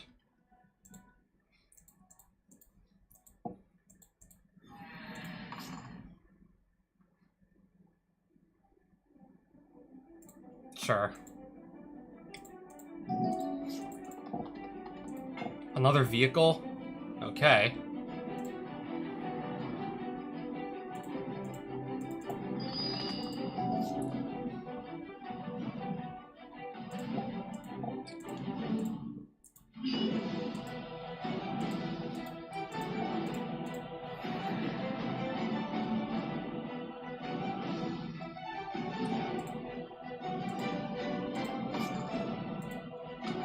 Oh, now I can just play stuff for free. Now I'm at the point where I'm playing stuff for free, apparently.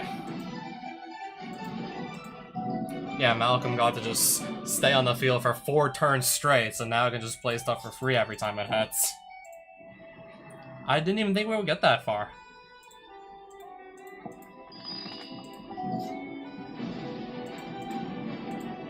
Didn't even expect to get that far with Malcolm.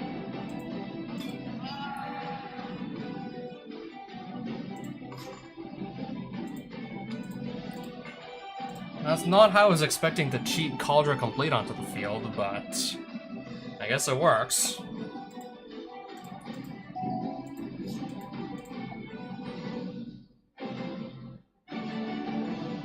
Dragonfly Pilot. I can just counter that.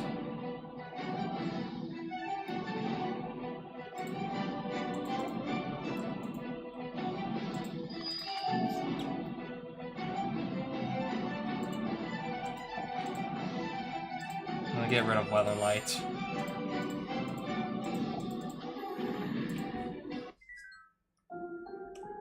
Yeah, there we go.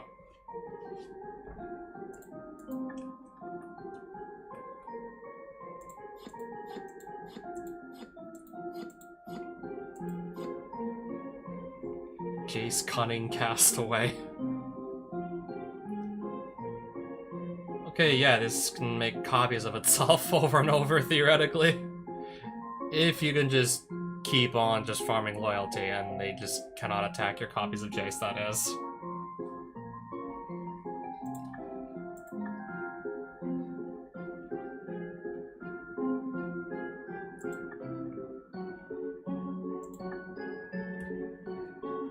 Okay, that's a decent blocker for 1 mana, plus just pay 2 at a later point in time to just draw a card with the clue token it gives you.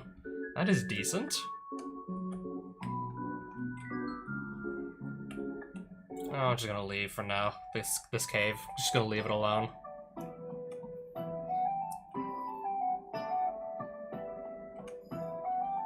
Got a castle over here I don't believe I've ever visited yet.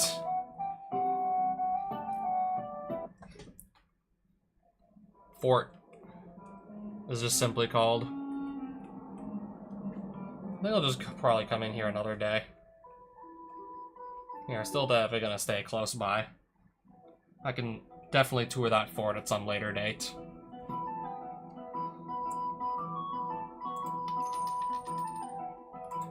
Yeah, if I just click that button to just make new cards pop up, what will we see?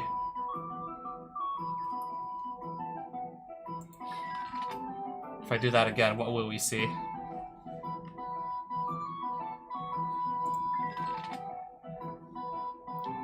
So far, not really getting anything too noteworthy. Okay, we can tap something down with this. And it flies.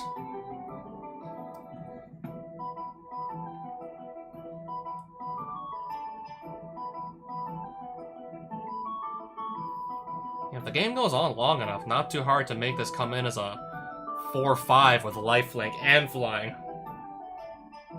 Or we can just play this as a 2-3 flyer if, I don't know, we don't really necessarily get to 5 turns. And then there's just plot it, and then cast it for free on a later turn.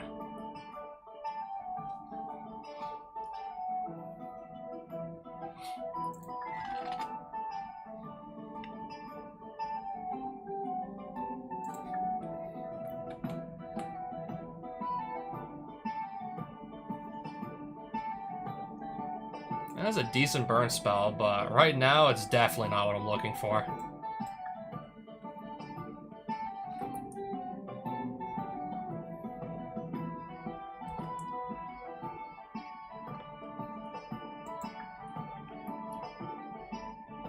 Oh, hey, there's Archangel of Thune in the shop.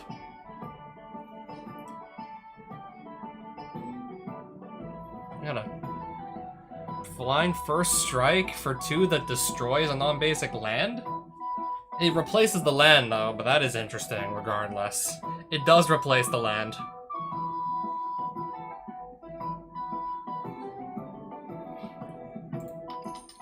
If it ever comes up, I really need to deal with a problematic non-basic land.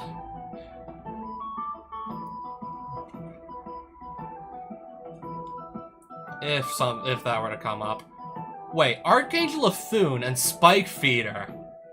They're both together in the same shop. I immediately noticed there was a Spike Feeder right underneath this. That's both halves of an infinite combo right there. Granted, I need to play green, which I'm not playing right now, to execute the infinite properly. That's 2 halves of an infinite combo right there, both in the same shop, on the same screen. Yoshimaru.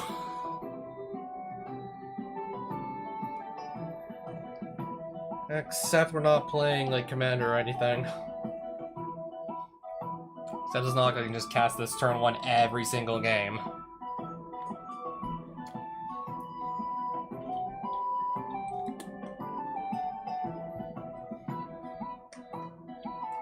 Yeah, that's a really, really good 1-drop if your deck is mostly composed of legendary permanents, so even let's just say your land drops can count towards that. If you run plenty of legendary lands, those will also count. as those will also give this the +1/+1 counter. And there are a lot of really good, low-cost, legendary creatures these days. There are a lot of good creatures that just build a deck around this. Also, the legendary lands just as extra support.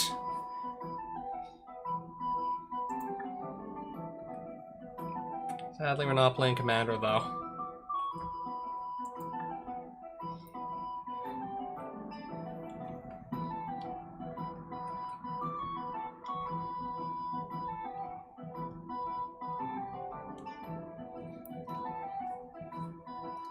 Exile target artifact, enchantment, or creature with power 4 or greater.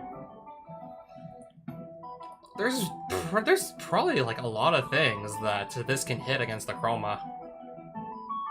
You know, all our creatures very quickly get to like at least power 4 or greater, so this could probably hit just about all of them, really. 2 mana though, but still.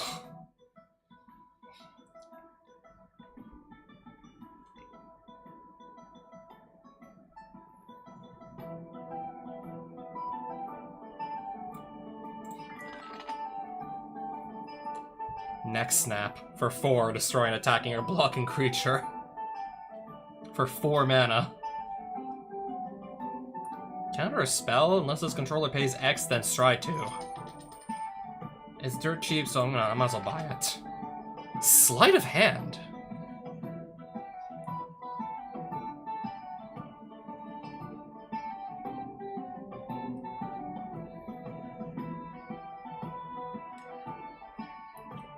That's worth the money.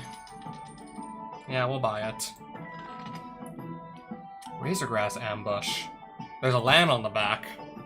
Pay 3 life, or have it come in tapped, and adds a white. It's a land on the back, and it's a spell on the front. Maybe just replace a land with this. Maybe not necessarily against the Akroma, since all our creatures are basically safe from this. But, yeah. Let's definitely pick that up.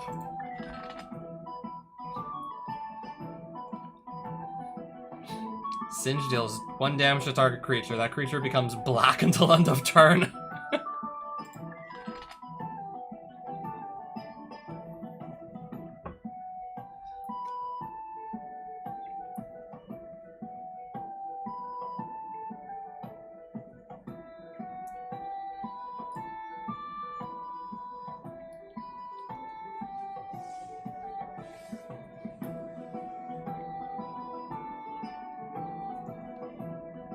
Yeah, but 600 gold for this now. You can always just get rid of, yeah, 1 creature. It's basically Path to Exile at sorcery speed for 1 more mana. Which also comes with the option to just pay 6 and, yeah, exile all of their creatures instead. Sure, you give them a bunch of ramp, but I'll think about it. I'll probably just come into the money some other way. I'll probably just very easily come into the money just by dueling a bunch of weaker opponents anyways. Yeah, case in point, had a bunch of cards to sell.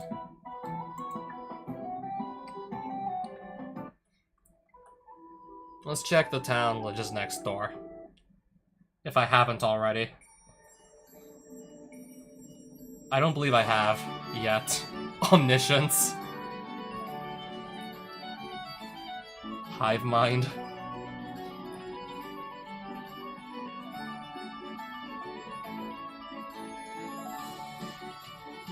Prevent all damage to you from a creature with Shadow. That's probably never gonna come. I don't think that's coming up. I don't think we're gonna... Necropotence. They're just casually selling Necropotence in the shop. Let's see if I maybe do want to switch to playing black. What if I do want to play black after all? And I don't know, try and prioritize equipment that just boosts my starting life total. Yeah, why draw 1 card per turn? Sure, you have to skip your draw step, but why just draw 1 card a turn when you could potentially draw upwards of 20 all in 1 shot?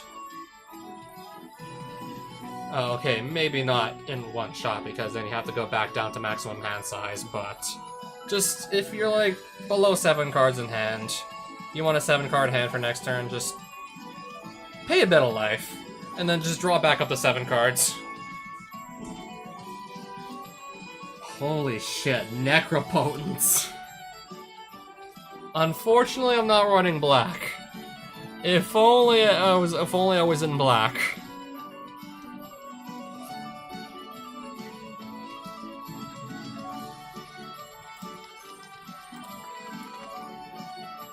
No mercy.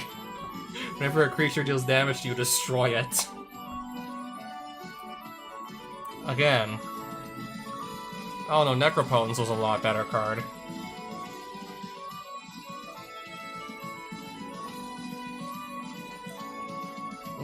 Cumulative upkeep, and it's... Yeah, how are you supposed to pay that consistently every single turn? You'll pay 3 mana for it next turn, then 6 the turn after that, then 9 if you're somehow at 9 mana. Let's just say you're playing this turn 3. You're not going to be a 9 mana like a couple turns later, it's just not going to happen.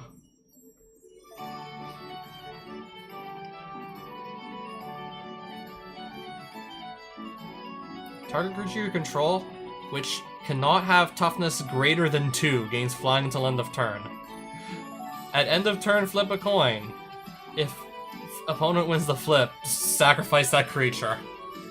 Give a creature with 2 or less toughness flying until end of turn. 50-50 chance it dies at the end of the turn.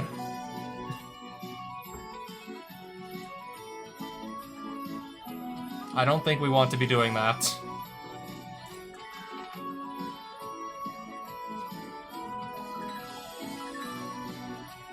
What's this, about a fetish now?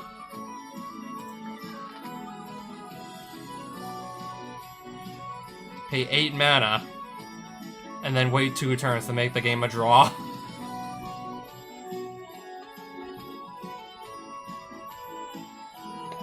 At this point, I think we're just wasting our time. At that point, you just be wasting your time.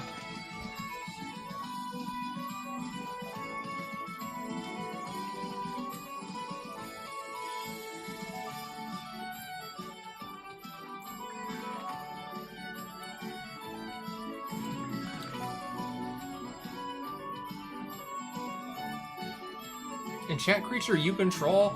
Exile target non-land permanent an opponent controls until Sheltered by Ghost leaves the battlefield. Your creature gets +1/+0, lifelink, and ward 2. Sure, gimme.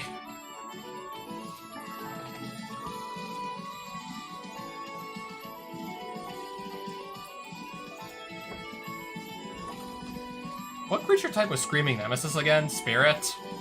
I just want to double check if there was like maybe a shop that sells spirit cards. Do I just try my luck with that until it shows up? If it can show up.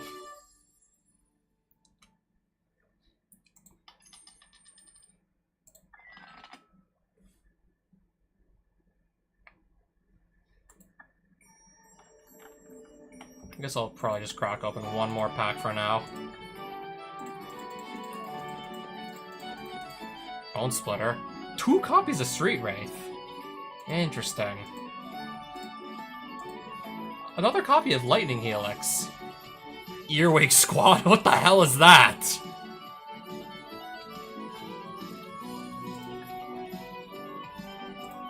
I don't think I've ever seen anybody win a serious competitive game of Magic with Earwig Squad.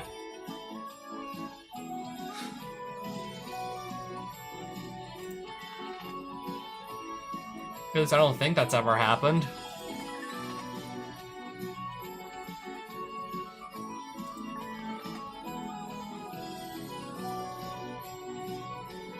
I already own one of these. I guess I'll just buy another.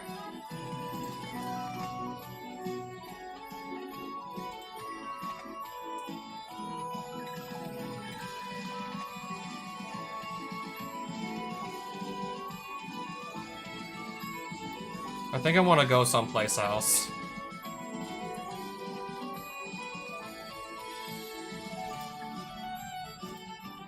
Actually, no, I think I want to sell some cards. Everything I don't think I'm gonna need. I think I can also, yeah, get rid of the Kodama's Reach. I'll keep the Street Raids. If I ever want to maybe switch to like what deck can just discard these? Yeah, you can discard these, but what deck can just take advantage of the fact you can quickly, easily discard these? What can easily take advantage of that? Is Living End still even remotely viable in 2025? Is that even still remotely viable?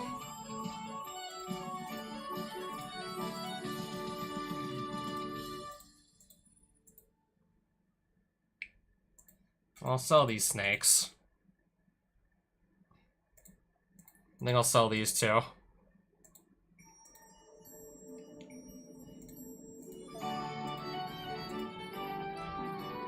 I can maybe put the Arena of Glory into my deck somewhere. I don't think we need this anymore. I don't believe we'll ever need that either. Anything with cumulative upkeep on it, I'm just probably gonna likely avoid with, like, the Plague.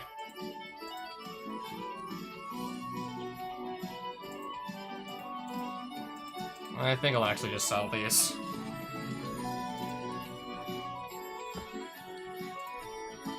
I think Avrax was maybe good, like, back in the day.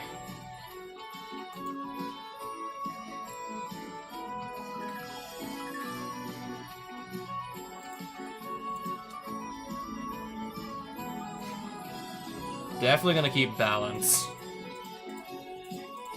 Yeah, there's definitely a deck that could just totally take advantage of this. I believe this equalizes lands, cards in hand, and creatures. It doesn't do anything to artifacts or enchantments. So if you're burning a bunch of low-cost artifacts and you just vomit them out onto the battlefield and then play balance early in the game, before the opponent plays most of the cards in their hand, well, they're losing most of their hand. That could be a way to just completely take advantage of balance, not checking for artifacts, for one thing.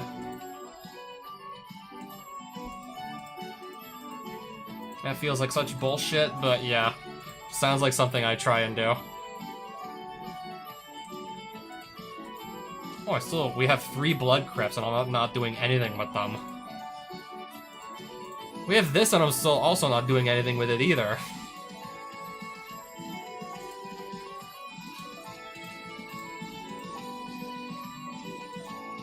Bone Crusher Giant, Bonfire of the Damned, destroy all lands for 6. Or destroy one of your lands, one of your opponents for 2. I believe we can do so much better. Keep our breeding pools.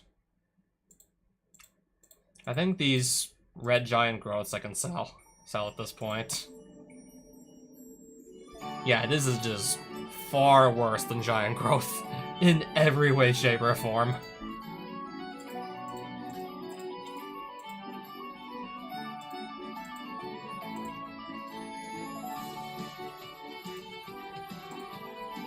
At this point, I'm probably never going to do anything with Cancel. Surely by now we'll never do anything with it. Like, ever. Oh, that's a Circle of Protection blue. I was wondering what the hell this was for a second.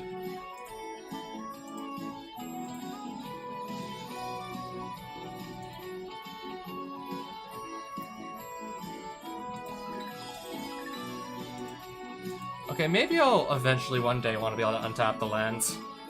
Untap 2 lands to get some value off that.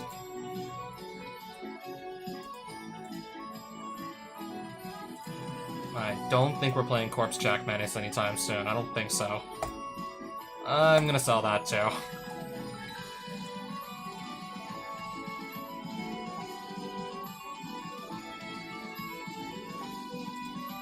I think we'll let go of that. Cranial Ram.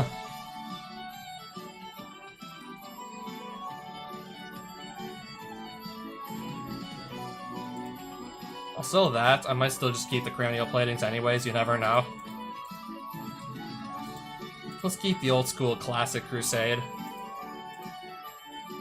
At this rate, I'm probably never going to even be considering playing it, but still. I do probably really want to keep the Curiosity. Keep the Damping Matrix and Sphere. There could be a matchup where having those really comes up.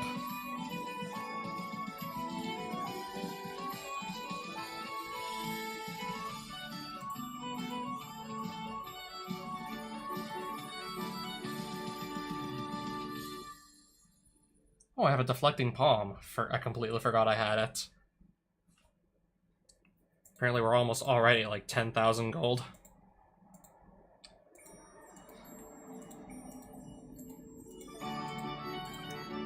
3 copies of a full playset of Dismember. I completely forgot I had a full playset of that. A doubling season.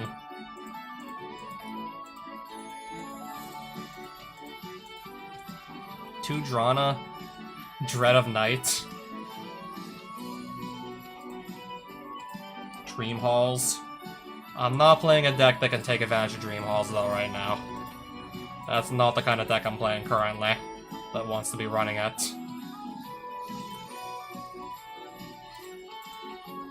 Three copies of Electrolyze. Emrakul.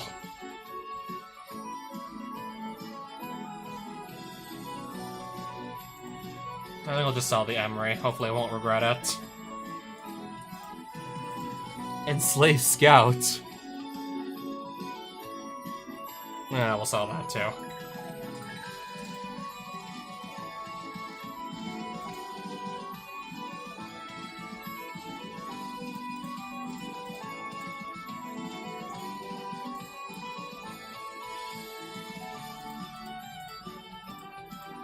Yeah, for now I think I'm just done selling cards.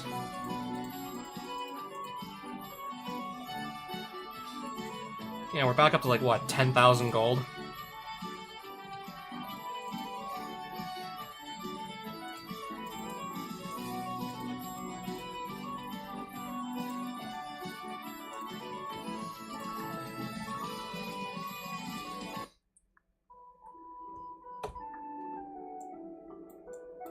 Maybe I'll just teleport back to the capital city.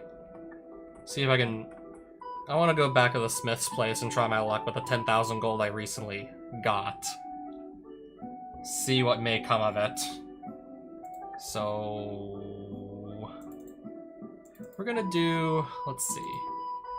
Just teleport back to New Avalon.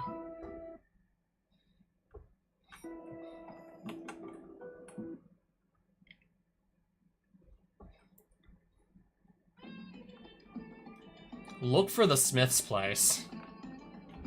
Why are they selling here again?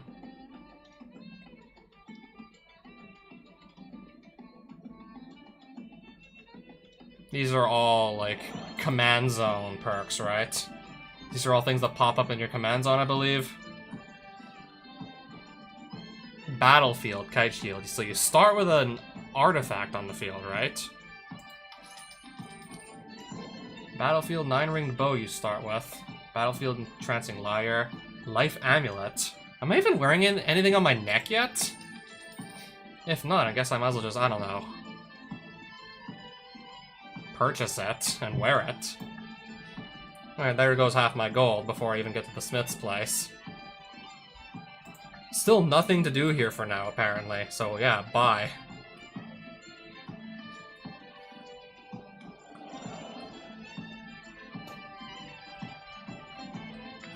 I don't even know how many times we're going to be able to roll at the Smith's place with all the money I've already spent. Okay, unless that's the inn and I can go sell more cards.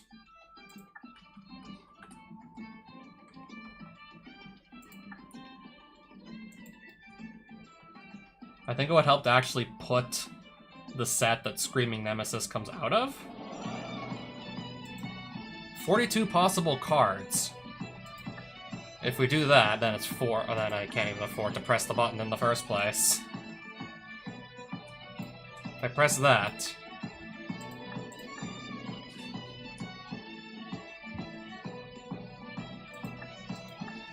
I think we're gonna leave it set like this, and hope for the best.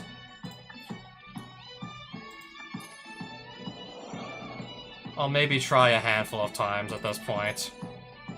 1 in 19 chance of seeing a Screaming Nemesis pop up right now. And once we get down to like 3,100-ish gold, I'll have to just stop.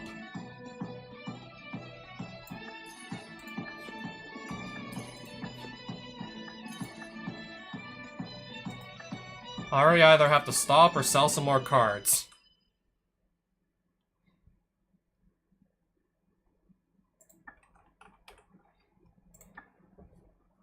I guess we'll just continue to sell cards in that case, then.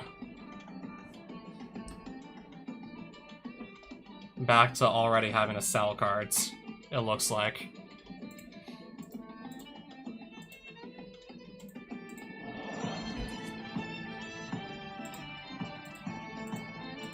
I guess we're never gonna do anything with the Flame Jab after all, huh?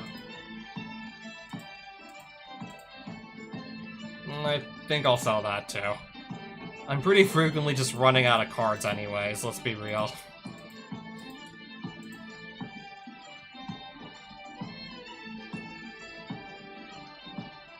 Okay, maybe I actually do want to put that in my deck, potentially, actually. Definitely not going to sell it.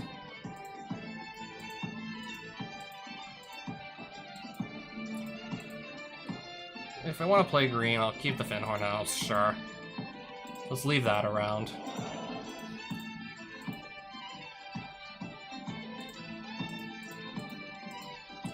We're probably way past the point where I'm gonna need Gideon's Reproach, I would imagine. I forgot I had a second Gitaxian Probe. Gleemox is banned, I can just sell it for 300. Gleemox is literally like I'm not allowed to put it in my deck.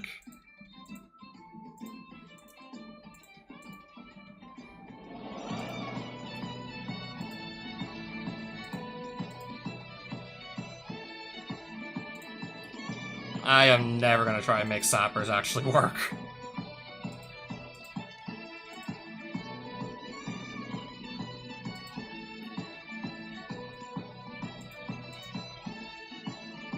Grand Abolisher is gonna do nothing against the Akroma matchup as far as I know. It won't matter.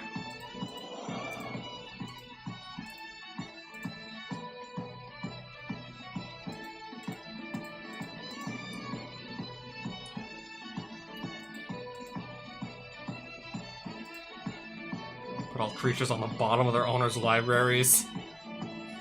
I think I'll still just sell that in favor of a 4-mana board wipe instead of 5.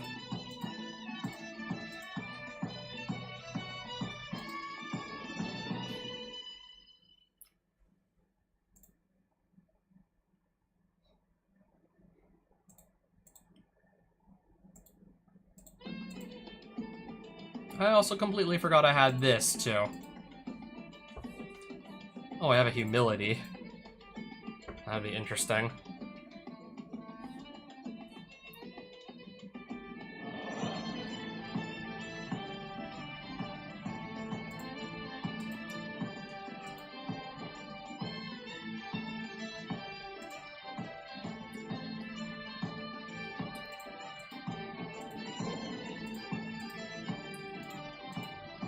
Oh, yeah, I guess I'm still selling cards at this point.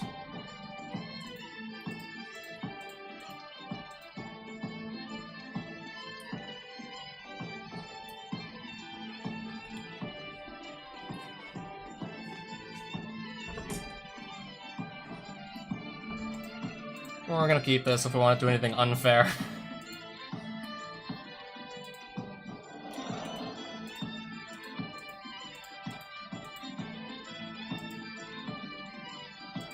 Don't know what that does, but I think I'll just sell it anyways. Oh, we still have Caracas too. Kinda forgot about that too.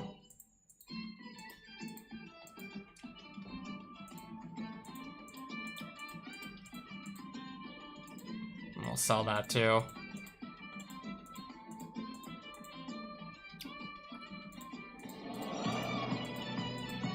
I did not know I had 2 copies of Krenko Mob Boss. Yeah, but I guess I do, though.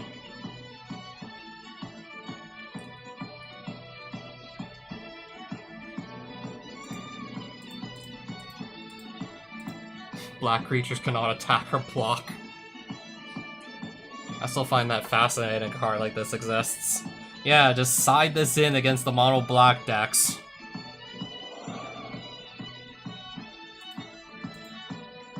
Since black typically has no way of getting rid of enchantments, just assume it's gonna remain on the field just fine.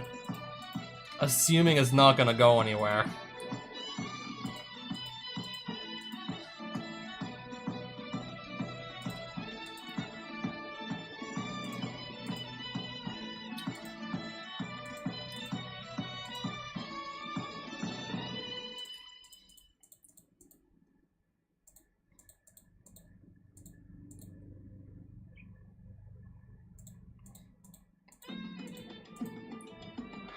Keep Merchant Scroll. There are some good targets for it, so keep it.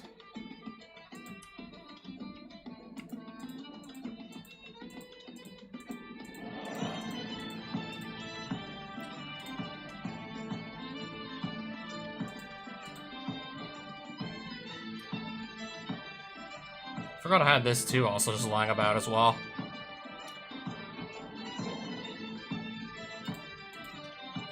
So yeah, we're back up to like, what, 10,000 gold?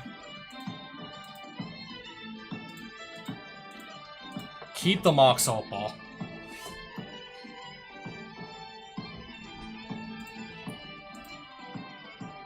Keep the mutagenic growths.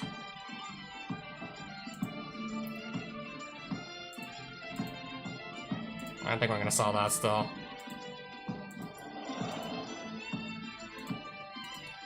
Keep the Nadu in case I want to do Nadu shenanigans at any point.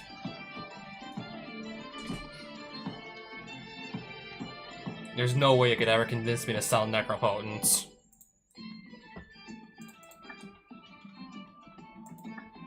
They have a Masks block draft going on? Really now? They have a Masks block draft going on. Interesting.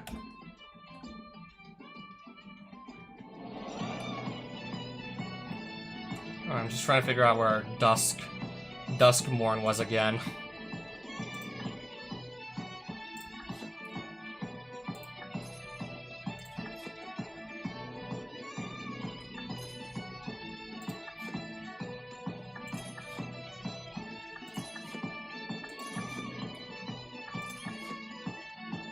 That's not the Screaming Nemesis either.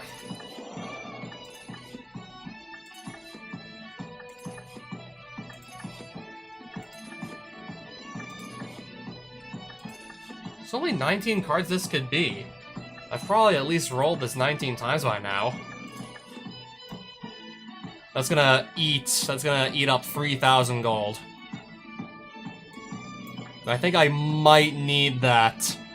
I think I might need that to help me out against the Akroma matchup, where she just gains a shit ton of life. If I just prod her with that once, she can't gain life anymore for the rest of that game. I guess later to maybe try for 1 or 2 more copies of the Nemesis. Death Ring, I'm gonna take that off. So I start with our Kite Shield artifact on the battlefield every single game after that, right? That would be on the battlefield, not in like the special other zone, right? That would actually be on the battlefield this time, I take it. So, hold on, I want to try something real quick. I think they were selling a Bone Splitter back in the red capital city, if I remember correctly. I think there was a Bone Splitter for sale. You need to just pony up the money, though.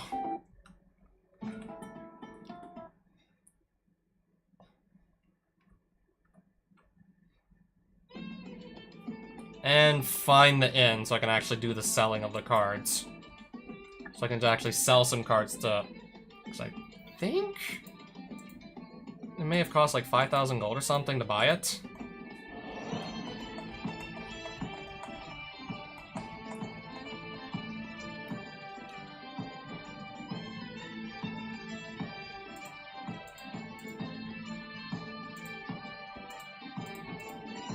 I think I'll just sell the Japanese Nissa. And I guess we'll let go of that one too. That can probably also just go. You cannot convince me to sell the Oko. I'm gonna keep the Oko. Maybe I could play the Oko. Just to keep constantly making her angels into 3/3 elks that don't fly. And it's repeatable over and over until Oko dies. It's theoretically, I could repeat it over and over again every single turn. And yeah, not to mention he's gaining loyalty as he does this. We're also looking at, I guess, as another potential answer to this whole, like, angel debacle, Oko.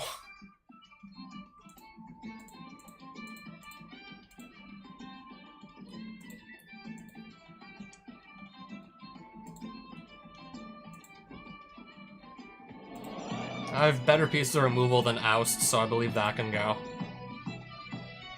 150 gold for a Pale Bears. Oh, I forgot we got this too, also, by the way.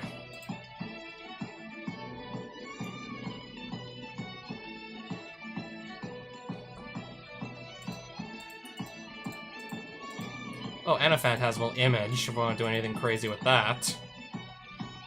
Maybe I'll build a deck later on that actually can take advantage of Phelia's blinking permanents. Mine wouldn't get too far with it, though.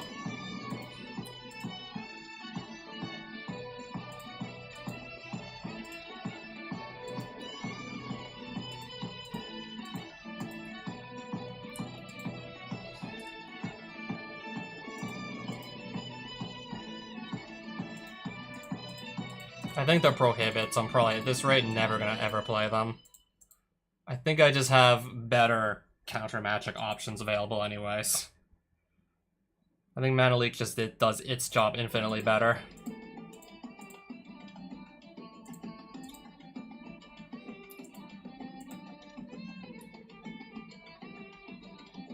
We're definitely never gonna be playing the Racolite. I'm never gonna want to slot that in my deck. Reanimate is definitely worth keeping around. If I want to switch to playing a black deck, if we want to do Reanimate shenanigans, this is probably the best Reanimate spell around.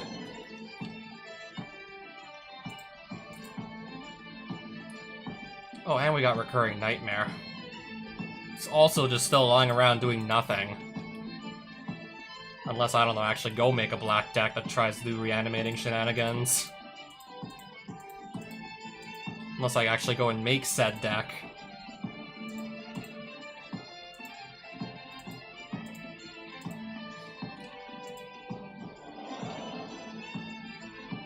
I already have like a bunch of lightning bolts lying around anyways. And against these boss battles, Burn is probably gonna be the worst deck you can bring to them.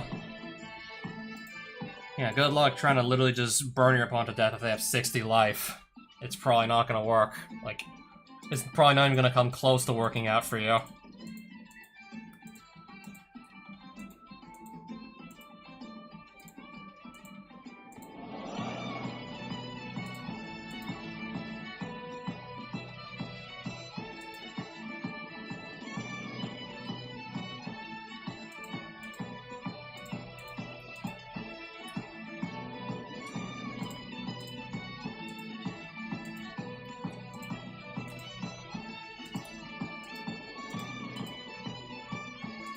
We'll sell one Savannah. I already own like 4. I still own 4 of them.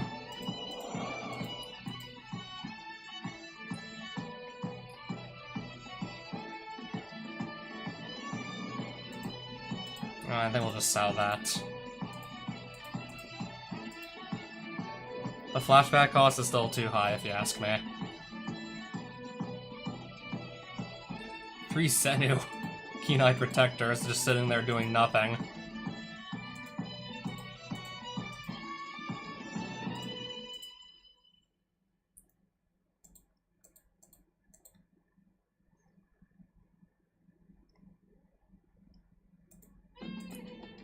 I should probably actually put this into my deck.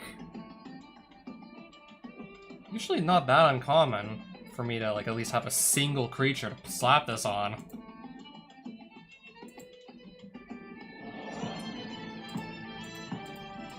I have Nadu still, so I do want to keep the Shuko lying around.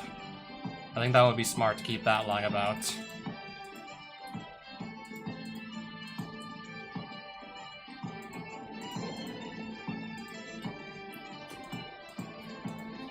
Definitely keeping Skull Clamp. No doubt, no questions about it. No ands, if, or buts. I'm definitely keeping that. I also do like my Snowlands as well.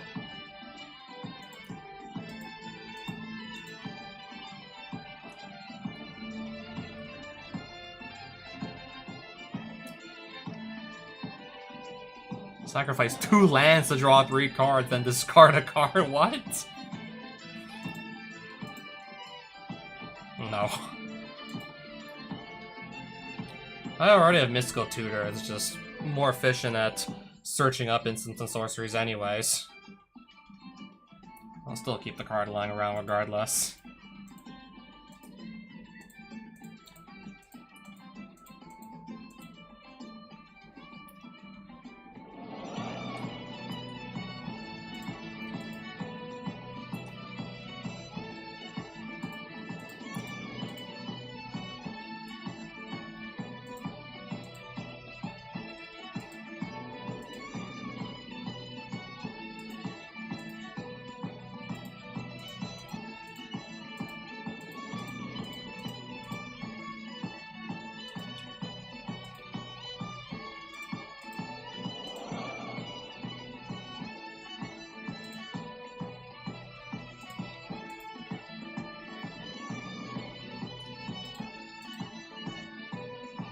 Again, I think I'm just about done selling cards for the time being. I'm just probably gonna go all the way down to like... I'm probably just gonna go all the way down to like the bottom of S.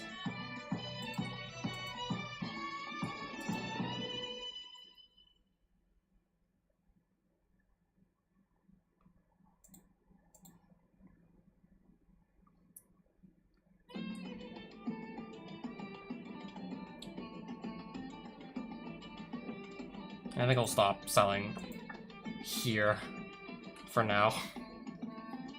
Well, they have booster packs here. We'll just... I'm just trying to double check where the equipment shop was.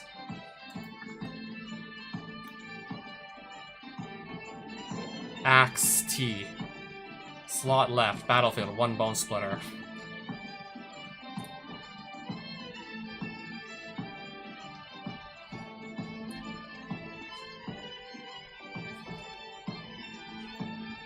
How much mana does Aladdin's Ring cost again? And you can start with it on the battlefield for free? Aladdin's Ring, MTG. Aladdin's Ring. 8 mana. You start with an Aladdin's Ring every game if you wear this? Pay 8 to do 4 damage to any target. The fact that I start with an 8 mana artifact, if I were to wear this ring, at the beginning of every game, the fact that I would start with an 8 mana artifact, is there a way to actually take advantage of that? Could we break that? Could we do something completely absurd with that? Starting with an 8 mana artifact every game, is there a way to do something completely stupid with that?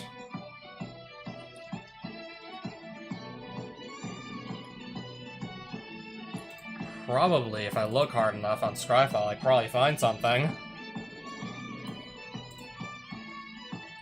So if I go back into my inventory, if I... Let's wear this around the neck.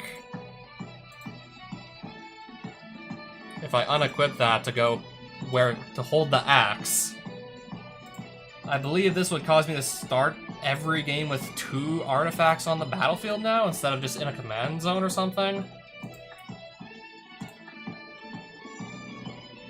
Is this correct?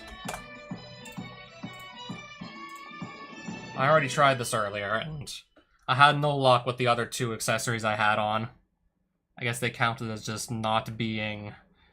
They counted as not being on the battlefield. They were in a special zone separate from that. One that couldn't be interacted with directly. Kind of like a command zone and commander. But if our artifacts start on the battlefield instead, that should be a whole other story, right?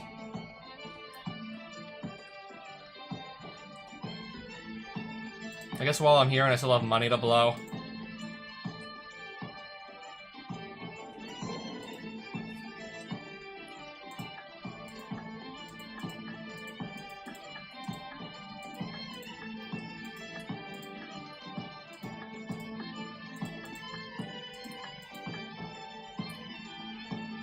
Let's just see if I luck out and get another Screaming Nemesis, potentially. That's a mythic, right? Yeah, it is a mythic, just not what I'm looking for.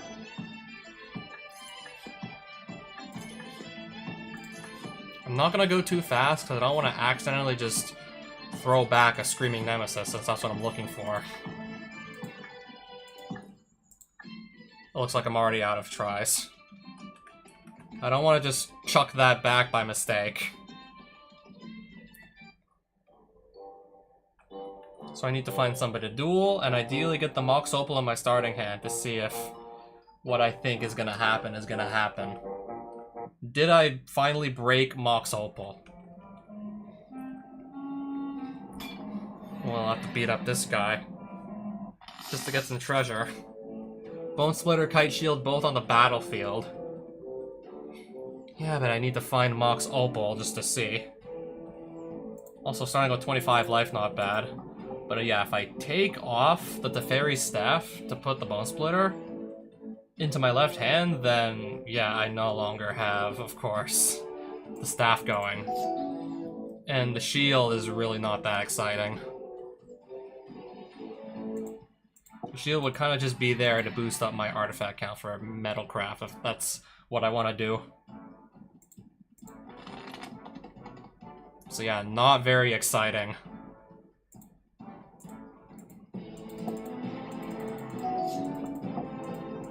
Will I just keep playing till I find a Mox Opal?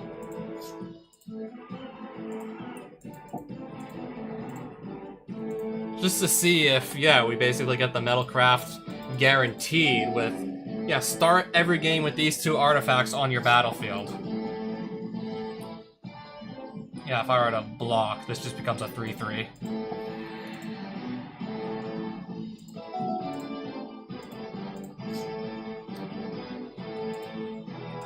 Play this as a land, yes.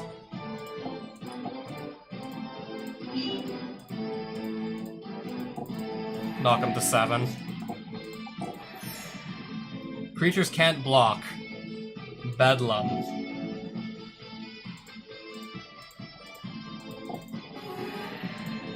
I have the better creatures anyway, so we're gonna be perfectly fine. So yeah, we're good to go.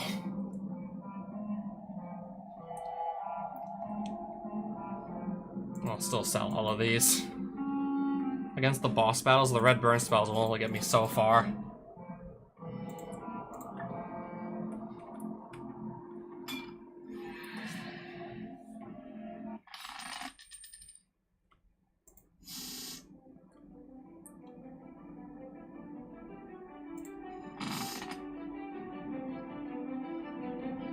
We're gonna actually stop doing mulliganing here. I do not want to put back too many cards. Just figured I'd try one more time to see if I can end up with an opening hand that has Mox Opal and Stoneforge and any land in it. I just want to see if I can do what I think I can do.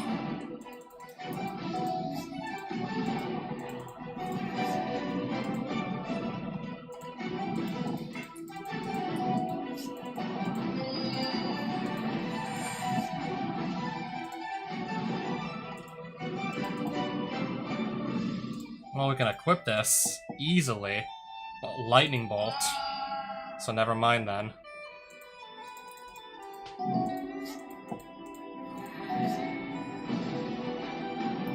At this point now I'm just looking for another... We're gonna actually cycle the land at this point. Try and find another creature sooner. Graveyard. I have plenty of lands already as is. Hellrider. Nope, I'm gonna get rid of that. Stoneforge.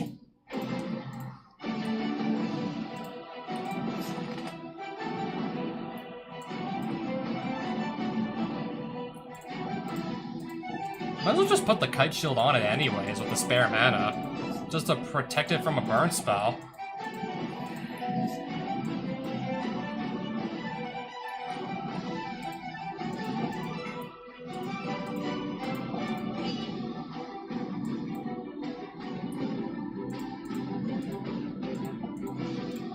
I can get rid of that now. Oh, brute force. So never mind, I guess not. Does that have haste? Yeah, it has haste. I'm actually gonna lose here. Too many haste creatures just coming all at me all at once. Just coming at me literally all at once.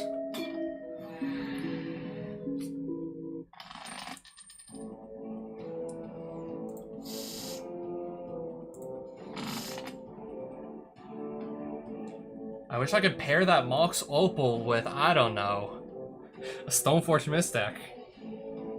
But still. Anarchy does not need to still be in here. So let's play Mox Opal. It works. Yup, that works.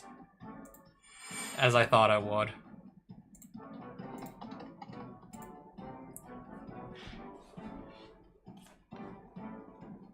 Unless maybe I can find an accessory that puts an artifact on the battlefield in my next slot instead of in my, like, the hand that holds like a weapon or a staff or something.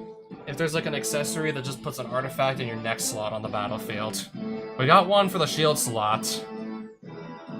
This is like the weapon hand. So it would be nice to maybe get the staff back. And then still just guarantee the metalcraft every time. Basically turning Mox Opal into a 0 mana. Yeah, basically turning it into a Mox that makes mana of any color. And I can run 4 of these. I could theoretically have 4.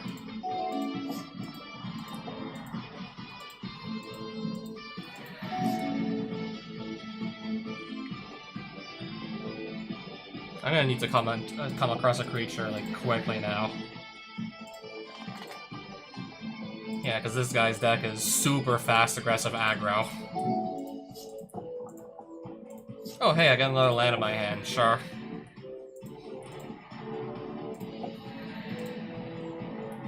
Okay, attacks each turn, Fable.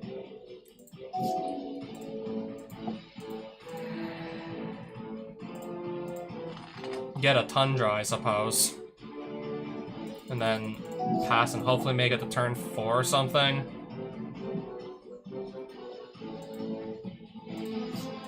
Get to draw another card at least. Extra.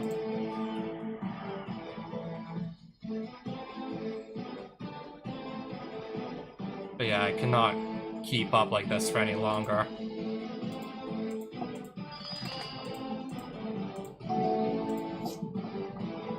Affinity for mountains. That's why it costs so little.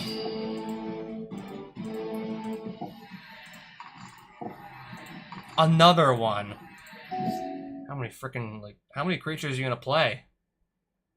How many of these creatures are you gonna freaking play? Holy.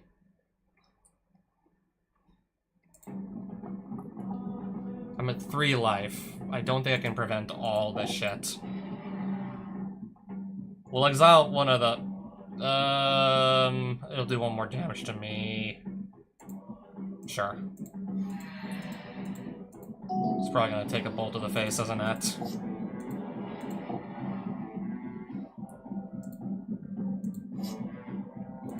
Well, I must block.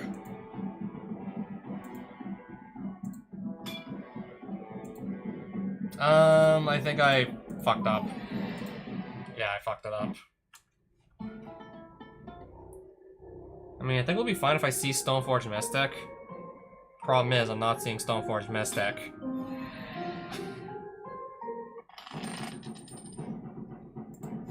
Just one problem, I'm not... There we go. I probably have a better chance this time around than the other games.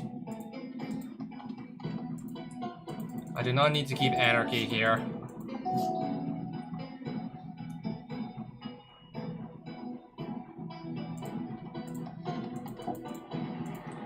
In case she just dies, I think I'll just grab a Sword of Fire and Ice instead. This will be easier to just hardcast than, say, a Cauldron Complete. Much easier to hardcast.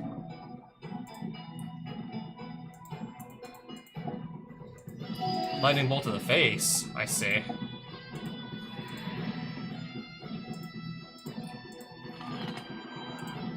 I want to counter the mana leak, the ball lightning, just get it out of there. Play this as a land.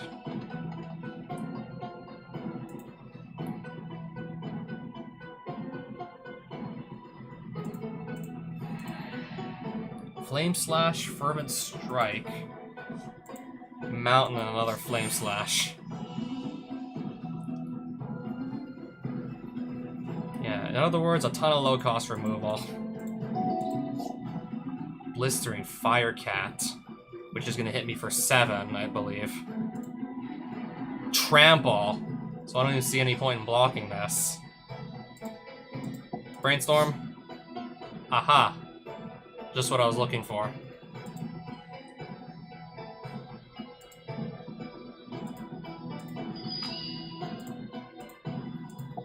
Just so I don't take 7 damage to the face.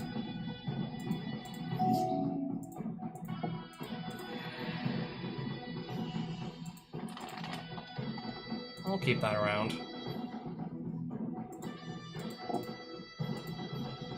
One, two, three, four, five, 6. Exile. Let's put the Bone Splitter here. We'll Manifest Dread. Flame Slash again. Okay, he's just gonna use both of those on the same. He's just gonna use both, of course. It still leaves me with this left over anyways.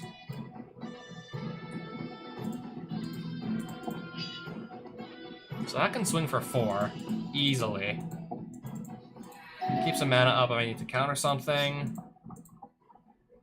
If not, just play a Malcolm.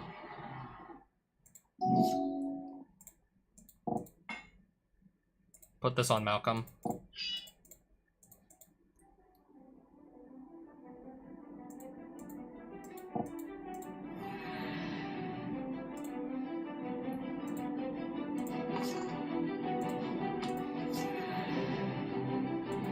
Pass. Okay, I see he's all out of cards. Yeah, being a very low-to-the-ground red aggressive deck. You can run out of cards really fast with that. You can run out pretty quickly. Not bad. I believe I already own like 6 of these still. Sonic Seizure. Is basically a worse lightning bolt, I think.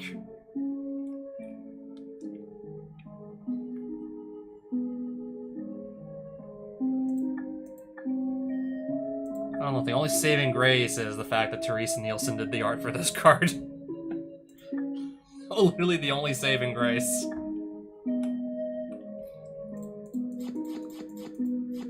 What does this do?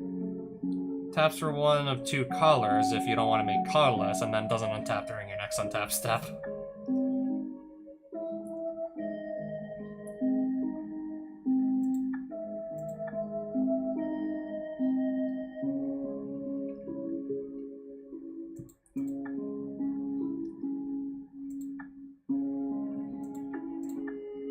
I guess we can sell all of that.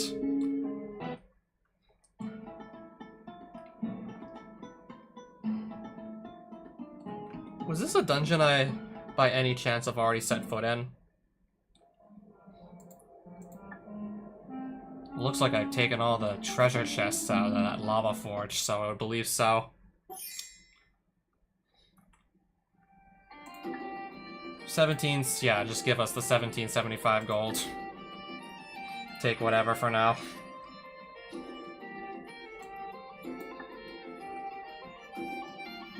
Okay, sure. I guess we can just buy another one on the off chance that maybe we can cheat this onto the battlefield somehow.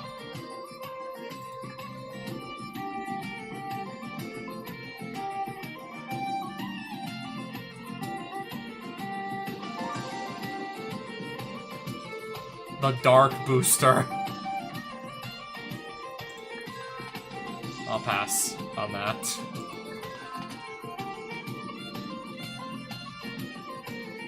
Nemesis. I believe that's the set that has Days in it. I believe that was Days' first printing.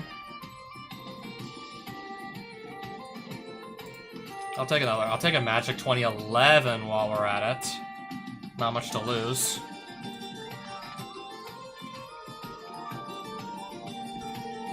Each player hides at least one object, then how is this even supposed to work in digital? Each player hides at least one object. This is a serious Magic card, by the way. Then all players reveal their objects simultaneously. This doesn't work in digital. It just doesn't, I'm sorry. I kind of want to just buy this, run this in a deck, try and resolve it, see what happens.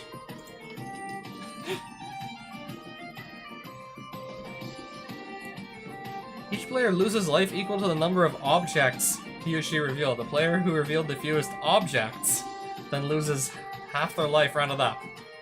If 2 or more players are tied for fewest, they each lose half their life. Something about hiding objects in digital. Yeah, good luck with that.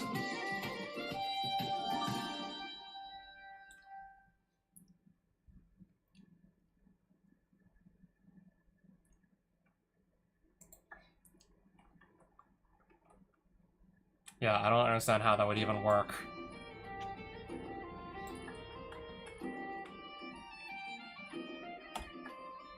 Oh, we have 2 boosters to crack. I'll start with the Magic 2011, I suppose. Doomblade. Straightforward and to the point. So that's our rare. I'm not really having trouble with burn decks, or anything that just targets...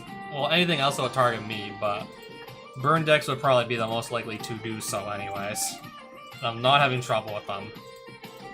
We'll keep this around. You never know if I need to specifically answer to a board of X2s with only 2 mana. You never know.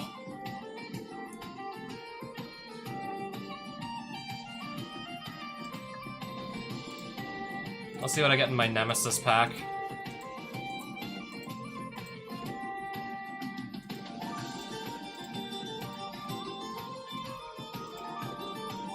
I think... Okay, yeah, now we're at the uncommons. And my rare. Search your library for an elf card and put it directly onto the battlefield. Okay.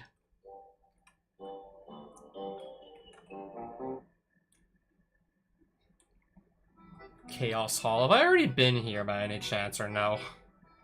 Is there like a chance I've already been here and just don't remember it?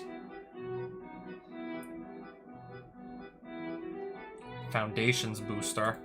Sure, let's just try my luck with that also. Discord Lord of Disharmony. At the beginning of your end step, choose a random non-land magic card name. Until your next end step, you may cast a copy of a spell with any random magic card in the 30 years of Magic's history.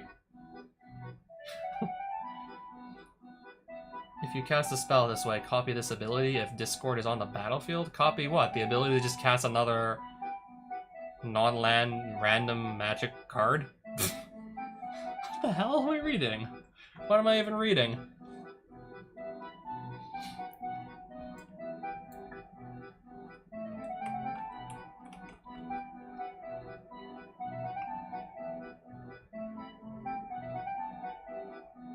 Two-headed sliver. All slivers have... That's basically menace, right?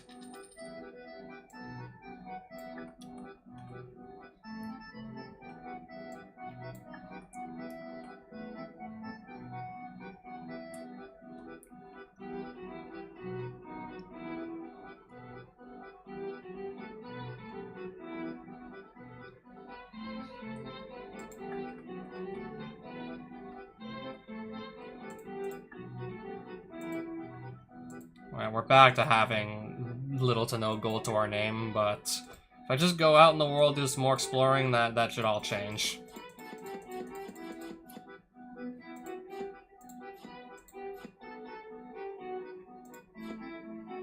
What is this? Oh, okay. It's a manland.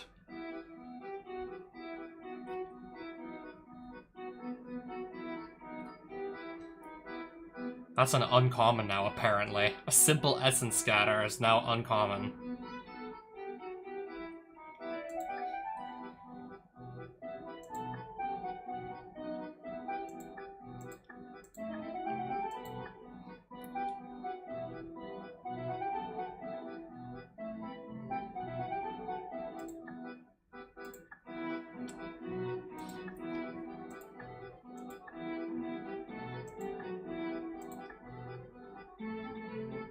I don't think this is gonna quite do enough for a manland, unfortunately. I guess the vigilance is nice, but then it just goes back to, like... Oh, it does not even say until end of turn. I missed the part where it doesn't say till end of turn. I still don't think it's gonna do quite enough, but... Okay, it's definitely better than what I thought it was gonna be at first glance. It doesn't say till end of turn, it stays both a land and a creature. It stays a 3/3 while, of course, still being a land, duh. It's not as bad as I thought it was at first glance. Yeah, I originally missed the there's no until end of turn. It just remains the creature. I guess until it leaves the battlefield.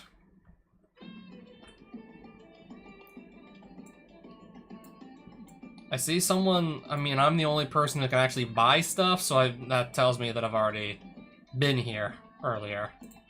I'm the only person that can buy stuff. Interesting. I'm not gonna say no to a dual land.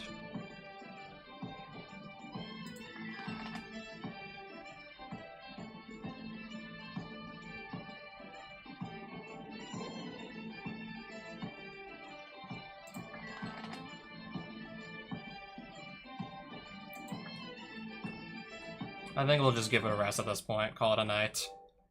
And then I guess later, worry about how the hell do we beat Akroma.